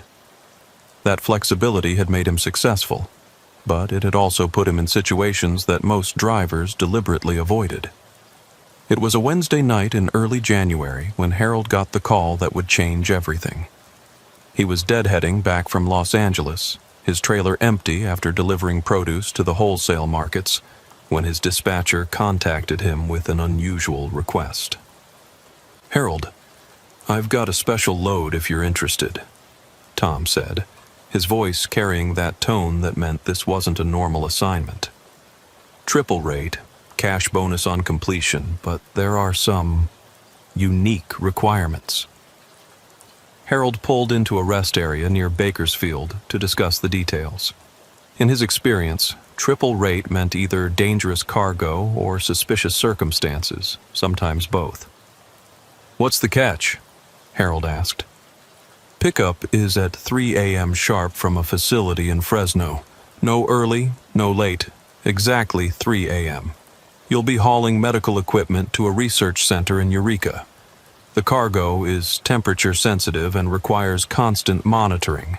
And Harold, you can't stop anywhere except at pre-approved locations. They'll give you a list." "Medical equipment doesn't usually pay triple rate," Harold observed. "This is specialized stuff, experimental. The client is very particular about handling and security. You interested?" Harold thought about his mortgage payment, his daughter's college tuition, the new transmission his truck needed. Triple rate would cover all of that and more. "Send me the details," Harold said. The pickup location was in an industrial area on the outskirts of Fresno, a cluster of warehouses that Harold had passed many times but never paid attention to. As he approached at 2:45 a.m., he noticed there were no signs, no company names, just building numbers. Building 47 was his destination. The security at the gate was more intense than Harold expected. 2 guards, both armed, checked his paperwork multiple times, made phone calls, and inspected his trailer with mirrors and dogs before finally waving him through. The loading dock was lit like a football stadium, every shadow eliminated by harsh white lights. A woman in a lab coat was waiting for him. She was middle-aged, professional, but there was something nervous about her demeanor. Her badge identified her as Dr. Ruth Morgan, but she didn't offer her hand or any pleasantries. "Mr. Harold Krensky?" she asked, consulting a tablet. That's right. Your trailer has been pre-cooled to the correct temperature? Holding steady at 35 degrees Fahrenheit, just like requested. Good. The loading will take approximately 30 minutes. You are not to leave your cab during this time. You are not to observe the loading process. Is that understood? Harold had hauled sensitive cargo before, but this level of secrecy was unusual. Understood. He climbed back into his cab and waited, watching his mirrors as workers in full hazmat suits wheeled containers from the warehouse to his trailer. The containers were white, about the size of large coolers, with biohazard symbols and electronic displays showing temperature readings. Harold counted 12 containers total. Dr. Morgan returned with a thick folder of paperwork. Mr. Krensky, this contains your route, your approved stopping points, and emergency protocols. Do not deviate from the route under any circumstances. If you experience mechanical problems, call this number immediately. She handed him a satellite phone. Do not use your personal phone or CB radio to discuss this cargo. What exactly am I hauling? Harold asked. Medical equipment, as your dispatcher told you. The specifics are classified under medical research confidentiality agreements. You've signed the NDAs, correct? Harold nodded, though he was becoming increasingly uncomfortable with the situation. Your first approved stop is a rest area 127 miles north. You have a 4-hour window to reach it. Someone will meet you there to check the cargo stability. After that, you have one more approved stop before Eureka. The entire journey should take no more than 8 hours. As Harold pulled out of the facility, he noticed vehicles following him, a black SUV that maintained a steady distance behind his trailer. His escort, apparently. Whatever he was hauling, someone thought it was valuable enough or dangerous enough to require armed guards. The first hour of driving was uneventful. Highway 99 North was empty except for a few other trucks and the occasional car. The SUV stayed exactly 300 feet behind him, never varying its distance. Harold found himself checking his mirrors obsessively, looking for any sign of what made this cargo so special. At 4:17 a.m., something changed. Harold heard a sound from his trailer, a rhythmic thumping, like someone knocking on the walls from inside. He checked his mirrors, wondering if something had come loose, but the sound stopped after about 30 seconds. 10 minutes later, it happened again. This time, the thumping was accompanied by what sounded like scratching, as if someone was trying to claw their way out of the containers. Harold's hands tightened on the wheel. Medical equipment didn't make sounds like that. He reached for the satellite phone Dr. Morgan had given him, but hesitated. What would he say? That the cargo was making noise? They probably already knew. The SUV following him hadn't reacted to anything unusual. The sounds continued intermittently for the next hour. Thumping, scratching, and occasionally what Harold could only describe as muffled screaming. But it wasn't quite human screaming. It was pitched wrong, lasting too long, cutting off too abruptly. Harold tried to convince himself it was just the refrigeration equipment, maybe a belt slipping or a compressor struggling. But he'd been driving refrigerated trailers for over a decade. He knew what those sounds were, and this wasn't that. He reached the first approved rest area right on schedule. The SUV pulled in behind him, and 2 men in suits got out and approached his truck. One knocked on his door. Mr. Krensky, we need to perform a stability check. Please remain in your cab. Harold watched in his mirrors as they opened his trailer doors. He expected to see them checking the containers, but instead, they seemed to be feeding something. One man was inserting tubes into ports on the containers Harold hadn't noticed before, pumping in some kind of fluid from tanks they'd brought from the SUV. The sounds from the trailer intensified during this process. More thumping, more of those not quite human screams. The men in suits worked quickly, efficiently, showing no reaction to the sounds. When they finished, one of them approached Harold's window again. Everything is stable. You're cleared to continue. Your next stop is in 3 hours. What am I hauling? Harold asked directly. "And don't tell me medical equipment. Medical equipment doesn't scream." The man's expression didn't change. "You're hauling medical equipment, Mr. Krensky. Very sensitive medical equipment. The sounds you're hearing are pressure valves and cooling systems. Nothing more." Harold knew he was being lied to, but the cash bonus for this load would solve a lot of problems. He could ask questions, demand answers, maybe even refuse to continue. Or he could finish the job, take the money, and never ask about it again. He chose the money. The second leg of the journey took him from Highway 99 onto smaller state routes heading toward the coast. The roads were winding, narrow in places, and completely empty at this hour. The SUV continued its steady pursuit, never falling back, never getting closer. Around 6 a.m., as the sky was beginning to lighten in the east, Harold heard a new sound from the trailer. This one was different, metallic, rhythmic, like someone working with tools. It went on for several minutes, then stopped abruptly. Harold checked his side mirror and saw something that made his blood freeze. One of the container doors in his trailer was open. Not fully, just a crack, but definitely open. Something dark was oozing from it, dripping onto the trailer floor. He grabbed the satellite phone and called the emergency number Dr. Morgan had given him. "This is Harold Krensky, hauling the special cargo. One of the containers has opened." "How much is it open?" The voice on the other end was calm, professional. "Maybe an inch or two. There's some kind of fluid leaking from it." "What color is the fluid?" Harold checked his mirror again. "Dark, maybe black or dark red. Hard to tell in this light." "Mr. Krensky, reduce your speed to exactly 45 miles per hour. Do not stop. Do not accelerate. Maintain exactly 45 miles per hour. The escort team will handle the situation." Harold slowed to 45, watching as the SUV pulled alongside his trailer. One of the men was hanging out the passenger window with what looked like a rifle, but instead of bullets, it fired some kind of dart or projectile into the open container. After 3 shots, the container door slowly closed on its own. The SUV fell back to its following position, and Harold's phone rang again. "Situation contained," the voice said. "Continue to your next approved stop. Do not exceed 55 miles per hour for the remainder of the journey." Harold's hands were trembling as he continued driving. Whatever was in those containers, it wasn't medical equipment. It was alive. It was trying to escape, and the people who hired him were prepared for that possibility. He thought about pulling over, refusing to go any further, but he was in the middle of nowhere with armed escorts who clearly had their own agenda. The second approved stop was at an abandoned gas station about 50 miles inland from Eureka.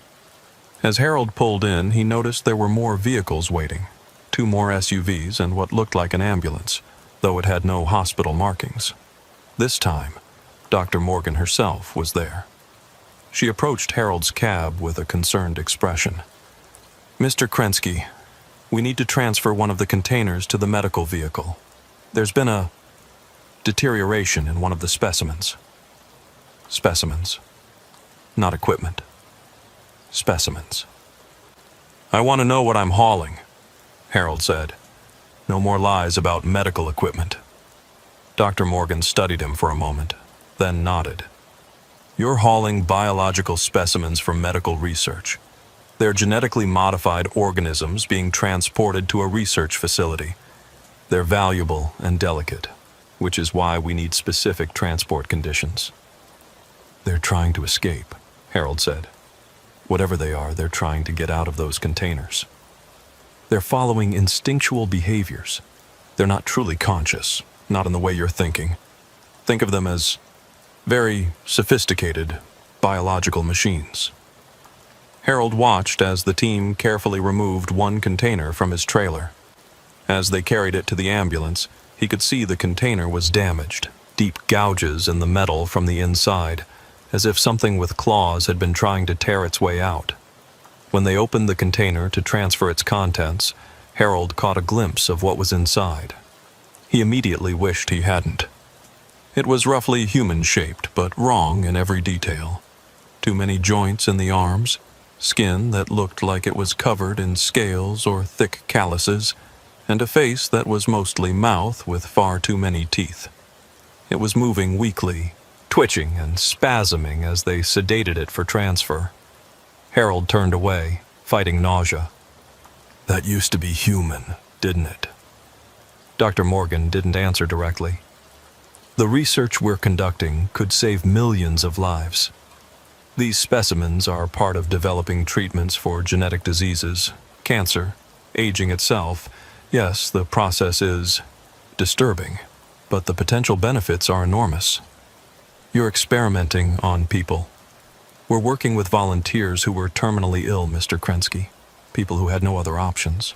They agreed to participate in experimental treatments." "Did they agree to become that?" "Unexpected mutations occurred. We're transporting them to a facility better equipped to study and hopefully reverse the changes." Harold didn't believe her. Everything about this operation, the secrecy, the security, the obvious fear the handlers had of their own cargo, suggested something far less noble than medical research. "I want out," Harold said. "Transfer the rest of the containers to your vehicles. I'm done." "Mr. Krensky, you're under contract. Leaving now would be breach of that contract with significant legal and financial penalties. We're only 30 miles from the destination. 1 more hour, and you're free with your payment." Harold looked at the armed men standing around the vehicles, at the isolation of their location, at the reality of his situation. He wasn't really being given a choice. 1 hour, he agreed. "Then I'm done, and I never want to hear from any of you again." The team finished their work, minus the one container they'd removed, and Harold got back on the road. The final stretch to Eureka took him through dense forest on winding roads. The SUV maintained its distance behind him, and now there was another vehicle ahead, leading the way. The sounds from the trailer had changed.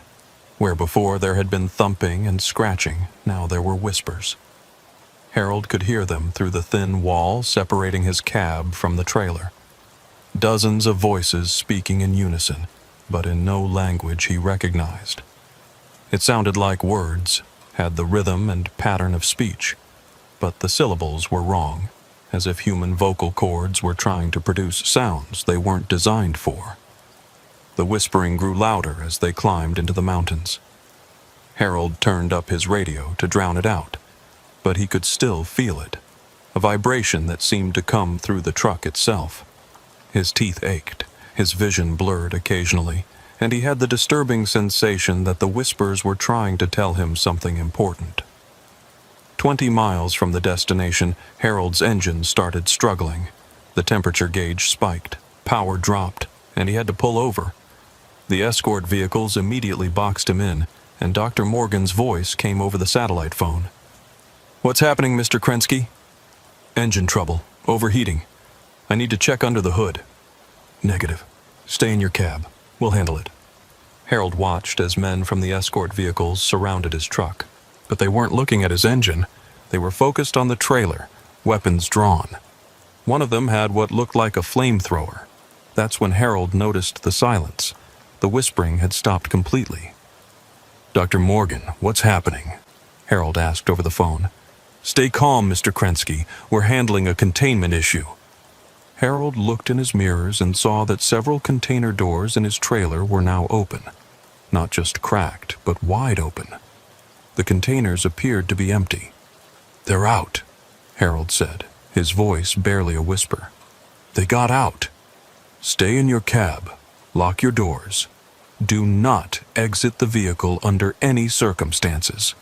Harold didn't need to be told twice. He locked his doors, rolled up his windows, and watched in horror as shapes moved in the darkness around his truck. They were using the forest as cover, but occasionally he'd catch a glimpse, something pale and twisted darting between trees or clinging to the underside of his trailer, or perched on a nearby rock, watching the escort team with too many eyes. The escort team moved with military precision, forming a perimeter around Harold's truck. They had night vision equipment and what Harold now realized were tranquilizer weapons. This wasn't the first time they'd dealt with an escape. "Harold!"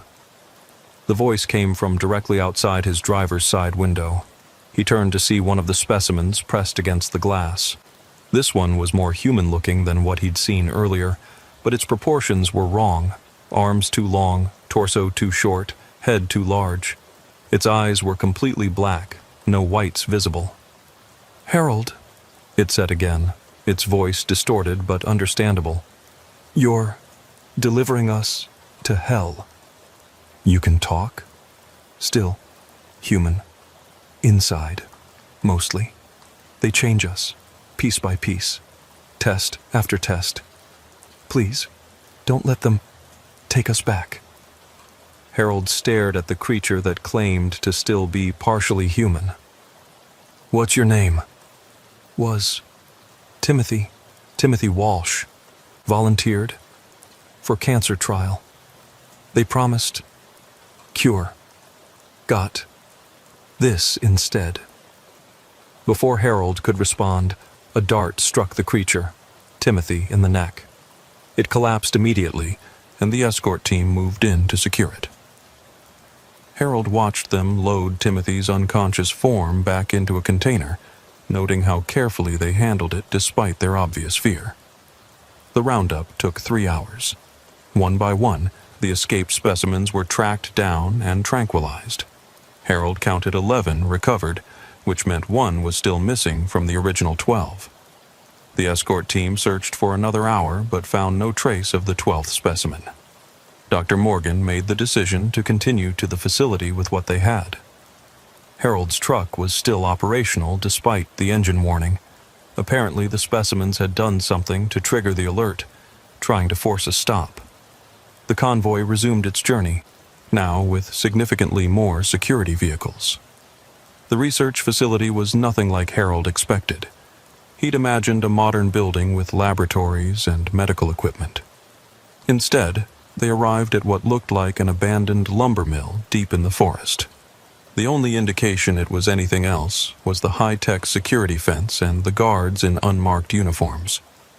As Harold backed his trailer up to the unloading dock, he saw other trucks were already there. 3 of them, all refrigerated units like his, all with similar security escorts. Whatever this operation was, it was bigger than just his cargo. The unloading process was quick and efficient. The containers were wheeled into the facility, and Harold was directed to an office to complete his paperwork and receive his payment. A man in an expensive suit was waiting for him, definitely not a scientist or security personnel. "Mr. Krensky," the man said, offering his hand. "I'm Mr. Smith from the funding organization. I understand you've had quite an eventful journey." Harold didn't shake his hand. "I want my money, and I want to leave." "Of course, but first, I need to remind you of the non-disclosure agreements you've signed. What you've seen, heard, and experienced today cannot be shared with anyone. The penalties for violation are severe. I just want to forget this ever happened." Mr. Smith smiled, but it didn't reach his eyes. "That can be arranged, actually. We have treatments that can help with traumatic memories. Completely voluntary, of course, but many of our drivers find it helpful. You want to erase my memory? Not erase, just soften the edges. Make it feel more like a dream than reality. You'd remember delivering cargo, getting paid, but the specifics would be fuzzy." Harold thought about Timothy's transformed face, the whispers in the dark, the knowledge that somewhere out there, one of those things was still free. "No," he said. "I'll keep my memories." Mr. Smith shrugged. "As you wish. Your payment." He handed Harold an envelope thick with cash. "And, Mr. Krensky, we may have other jobs in the future. Interested?" "Never." Harold took his money and left, driving his empty trailer back toward Fresno as fast as legally possible. He wanted to put as much distance between himself and that facility as he could. But as he drove, he couldn't stop thinking about Timothy Walsh, who'd volunteered for a cancer trial and become something inhuman. He also couldn't stop thinking about the 12th specimen, the one that had escaped. Where was it now? What was it capable of? And how many other trucks were making similar deliveries to facilities hidden throughout the country? 2 weeks later, Harold was back to his regular routes, trying to pretend the Eureka run had never happened. The money had solved his immediate financial problems, but the cost to his peace of mind was higher than he'd anticipated.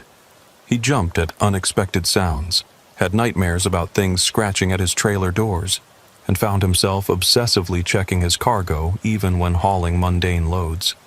Then the news stories started appearing. Mysterious animal attacks in Northern California forests.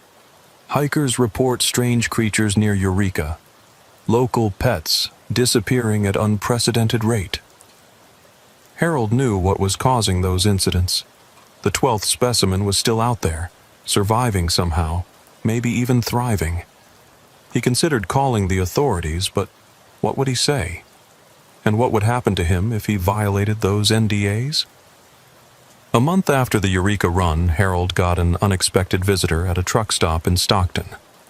It was a woman in her 30s, professionally dressed but with the haunted look of someone who hadn't slept well in a long time. Mr. Krensky? My name is Dr. Sarah Linda. I used to work at the facility you delivered to in Eureka. I need to talk to you. Harold's first instinct was to leave immediately, but something in her expression made him pause. I don't know what you're talking about, he said carefully. I know about the NDAs, Mr. Krensky. I signed them too, but there are things happening that are more important than legal documents. People are dying. Against his better judgment, Harold agreed to hear her out. They sat in a corner booth of the truck stop diner, speaking in low voices. The research started with good intentions, Dr. Linda explained. We really were trying to cure diseases, but the funding came with strings attached, military applications, enhancement programs, the creation of biological weapons that could be disguised as medical research. The specimens I transported were early failures, too unstable for military use, too dangerous for medical applications. They were supposed to be destroyed, but someone decided to study them further, to learn from the mistakes. Why are you telling me this? Because the one that escaped from your transport, we've been tracking it. It's not just surviving, Mr. Krensky. It's evolving, adapting, and it's looking for something. Looking for what? Others like it. We believe it can sense the other specimens, maybe through pheromones or some other biological mechanism we don't understand. It's trying to free them. Harold felt a chill run down his spine. How many others are there? Across all the facilities? Hundreds, maybe thousands. We've been transporting them between sites for years, using drivers like you who don't ask questions. And if this thing frees them? Dr. Linda's expression was grim. Then we'll have a catastrophe that makes any pandemic look like a minor inconvenience. These creatures are designed to be superior to humans in every way. Stronger, faster, more adaptable. The only thing keeping them controlled is containment. What do you want from me? Information. Routes you've taken, facilities you've delivered to, anything that might help us predict where the escaped specimen might go next. Harold thought about the NDA, the implicit threats, the men with guns who'd made it clear that silence was not optional, but mandatory. I can't, he said. They'll destroy me if I talk. They'll destroy all of us if we don't stop this, Dr. Linda countered. Mr. Krensky, I'm not asking you to go public. I'm asking you to help me prevent a disaster. Quietly, carefully, but decisively. Harold looked at this woman who'd risked everything to warn him. Thought about Timothy Walsh, who'd just wanted to cure his cancer. Thought about the creature out there in the forests, evolving and adapting and searching for its own kind. What do you need to know? He asked. Over the next hour, Harold provided every detail he could remember about the route, the facility, the security protocols. Dr. Linda took careful notes, occasionally asking clarifying questions. When they were done, she had a comprehensive picture of the transport operation. "This helps more than you know," she said. "With this information, we can predict the most likely facilities the escaped specimen will target. What will you do when you find it? Try to contain it, or, if that's not possible, eliminate it. We can't let it reach the other facilities." As Dr. Linda prepared to leave, Harold had one more question. The volunteers, the people who became these things, is there any way to change them back? "We've been trying for years. Some partial successes, but nothing complete. Once the transformation reaches a certain point, it seems to be irreversible. The best we can do is make them comfortable while we study them. That's not much comfort for people like Timothy Walsh." "No," Dr. Linda agreed sadly. "It's not." 3 weeks after his meeting with Dr. Linda, Harold was hauling produce from Salinas to Portland when he heard the news on the radio. A chemical spill had forced the evacuation of a research facility near Eureka. The official story was that a truck carrying hazardous materials had crashed, requiring specialized cleanup crews. But Harold knew better. The escaped specimen had found its way home. He pulled over at the next rest stop and called the number Dr. Linda had given him. She answered on the first ring. "You heard?" she asked without preamble. "What really happened?" "It got into the facility through the ventilation system, freed 17 specimens before security could respond. They're all loose now, Mr. Krensky. 18 highly adapted predators designed to be perfect killers. Can you stop them?" "We're trying. Military units are conducting sweeps, but these things were literally designed to evade capture. They're smart, they learn, and now they're working together." Harold thought about his role in this disaster. If he hadn't taken that job, if he'd refused to transport the cargo when he realized what it was, maybe none of this would have happened. "It's not your fault," Dr. Linda said, seeming to read his thoughts. "If you hadn't transported them, someone else would have. The system was going to fail eventually. At least now we have someone on the inside who can help." "I'm not on the inside. I'm just a truck driver who made a terrible mistake." "You're a truck driver who knows the transport routes, the security protocols, the facilities. Mr. Krensky, we need to evacuate the other specimens before the escaped ones can reach them. But we can't do it through official channels. Too much bureaucracy, too many people who profit from the current system. We need to do it ourselves." "You want me to steal the specimens?" "I want you to transport them to a secure facility where they can be properly contained and studied humanely. Away from the military applications, away from the corporate interests. There's a group of scientists who've broken away from the main program. We have a facility in Canada, properly equipped and staffed." Harold knew he should say no. He'd already risked too much, seen too much. But he thought about Timothy Walsh and all the others transformed against their will, turned into weapons or experiments, stripped of their humanity. "What do you need me to do?" The plan Dr. Linda outlined was ambitious and dangerous. Using Harold's knowledge of the transport system and her inside information, they would intercept shipments of specimens and redirect them to the secure facility in Canada. It would require perfect timing, forged documents, and a network of drivers willing to risk everything. Harold reached out to his most trusted colleagues, drivers he'd known for years who could keep secrets and handle dangerous cargo. Not all of them agreed to help, but enough did. They called themselves the Underground Railroad, though instead of escaped slaves, they were transporting genetic experiments gone wrong. The first extraction went smoothly. Harold intercepted a shipment bound for a facility in Nevada, convincing the escort that he'd been assigned the route due to a last-minute change. The guards were suspicious, but accepted his expertly forged paperwork. He drove the specimens, 8 of them, straight through to the Canadian border, where Dr. Linda's colleagues took custody. The second extraction was more complicated. The security had been increased following the Eureka incident, and Harold had to actually hijack the truck from its original driver, a man named Carl, who Harold knew was struggling financially. Harold offered him enough money to disappear for a few days and claim his truck had been stolen. Carl, who'd transported similar cargo and had his own nightmares about it, agreed.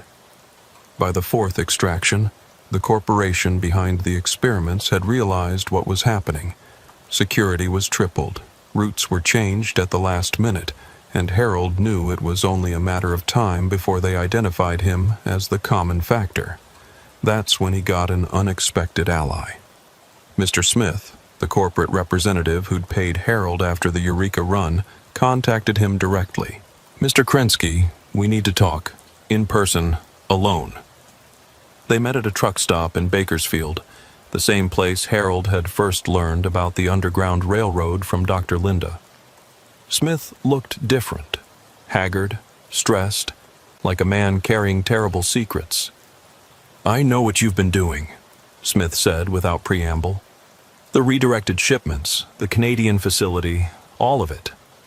Harold tensed, ready to run if necessary. "I want to help," Smith continued, surprising Harold completely. "Why?" "Because I've seen the end game, Mr. Krensky. The military applications, the mass production plans, the deployment scenarios. They're not planning to use these creatures against foreign enemies. They're planning to use them for population control, domestic population control." Harold stared at him in disbelief. "That's insane." "Is it? Create a crisis, offer the solution, establish complete control in the name of safety. The specimens are perfect for this. Terrifying enough to justify any response, controllable enough through pheromone triggers that the corporation can turn them on and off at will. You're telling me this is all intentional? The escapes, the attacks?" "Not all of it. The Eureka escape was real, unexpected, but they're using it as a test run, seeing how the public reacts, how quickly they can mobilize responses. The next release won't be an accident." Smith provided Harold with invaluable intelligence, transport schedules, security protocols, and most importantly, the location of the main breeding facility where new specimens were being created. "There are over 300 specimens at that facility," Smith explained. "If they're released strategically in major population centers—" "Chaos," Harold finished. "Complete chaos. Followed by martial law, suspension of civil rights, and a new order with the corporation pulling the strings behind government puppets." Harold and Dr. Linda's network now had a new mission. Not just rescuing existing specimens, but preventing the creation of new ones. This meant targeting the breeding facility itself. The facility was located in a remote area of the Sierra Nevada mountains, disguised as an agricultural research station. Security was military-grade, with armed guards, electronic surveillance, and containment protocols designed to prevent any escapes. But Harold had an advantage. He knew their transportation patterns. Every week, supplies were delivered to the facility by trusted drivers. Harold had become one of those trusted drivers through his previous work. He could get inside. The plan was simple in concept, but complex in execution. Harold would deliver a shipment of supplies that included hidden sedatives designed by Dr. Linda to safely tranquilize the specimens. Once they were unconscious, a team of sympathetic scientists inside the facility would load them into Harold's truck, and several others positioned nearby. They would then scatter, taking different routes to various safe facilities across the country and Canada. The day of the operation, Harold was more nervous than he'd ever been in his life. He was essentially conducting a raid on a government black site. If caught, he wouldn't just lose his license or face jail time. He'd likely disappear entirely. The approach to the facility was routine.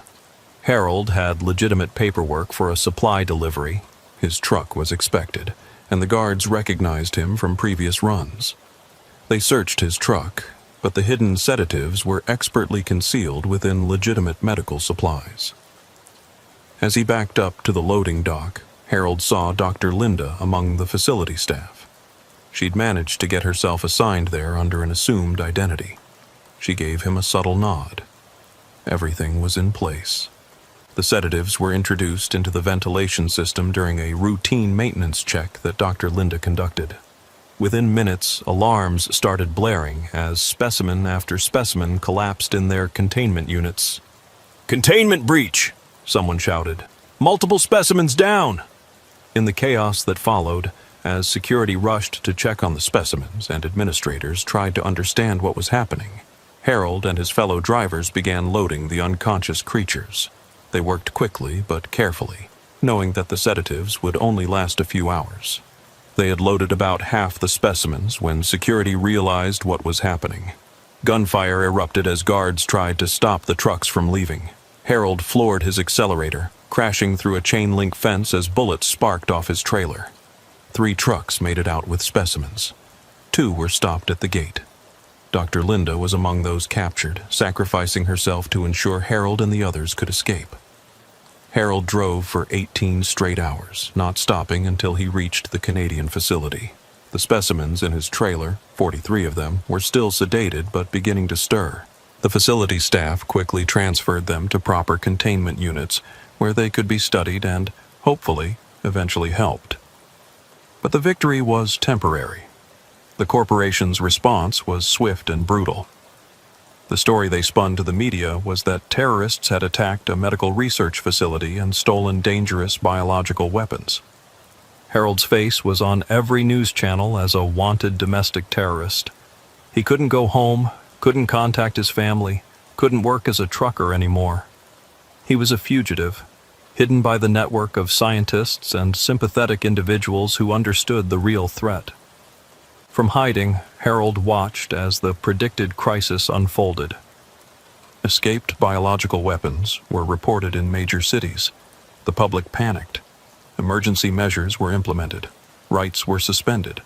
And behind it all, the corporation pulled strings, using the chaos they'd created to reshape society. But Harold and the remaining members of the Underground Railroad hadn't given up. They continued their work, now focused on exposing the truth. They leaked documents, recorded testimony from escaped scientists, and slowly built a case that even the corporation couldn't suppress entirely. The war for the truth was far from over, but Harold had learned something important. Sometimes a truck driver hauling cargo through the night might be carrying more than just freight. Sometimes they're carrying the future of humanity itself, and the choices they make at lonely crossroads can determine whether that future is free or enslaved. Harold still drove, using fake identities and hidden routes, transporting specimens to safety and information to those who could use it. He was no longer just a trucker who took the loads nobody wanted. He was a guardian of the innocent, a protector of the transformed, and a warrior in a battle most people didn't even know was being fought. Late at night, on empty highways, cutting through the darkness, Harold would think about Timothy Walsh and all the others who'd volunteered for medical trials and become something else. He couldn't give them back their humanity, but he could ensure their sacrifice meant something. He could make sure the truth survived, even if he didn't. The road ahead was long and dangerous, but Harold kept driving. Because sometimes, that's all you can do. Keep moving forward, keep fighting, keep hoping that somewhere down the highway, there's an exit that leads to something better. And in his trailer, carefully contained and sedated, the victims of humanity's ambition rode along, waiting for a cure that might never come, but at least free from those who would use them as weapons. The midnight cargo rolled on through the darkness, carrying secrets that could save or doom them all.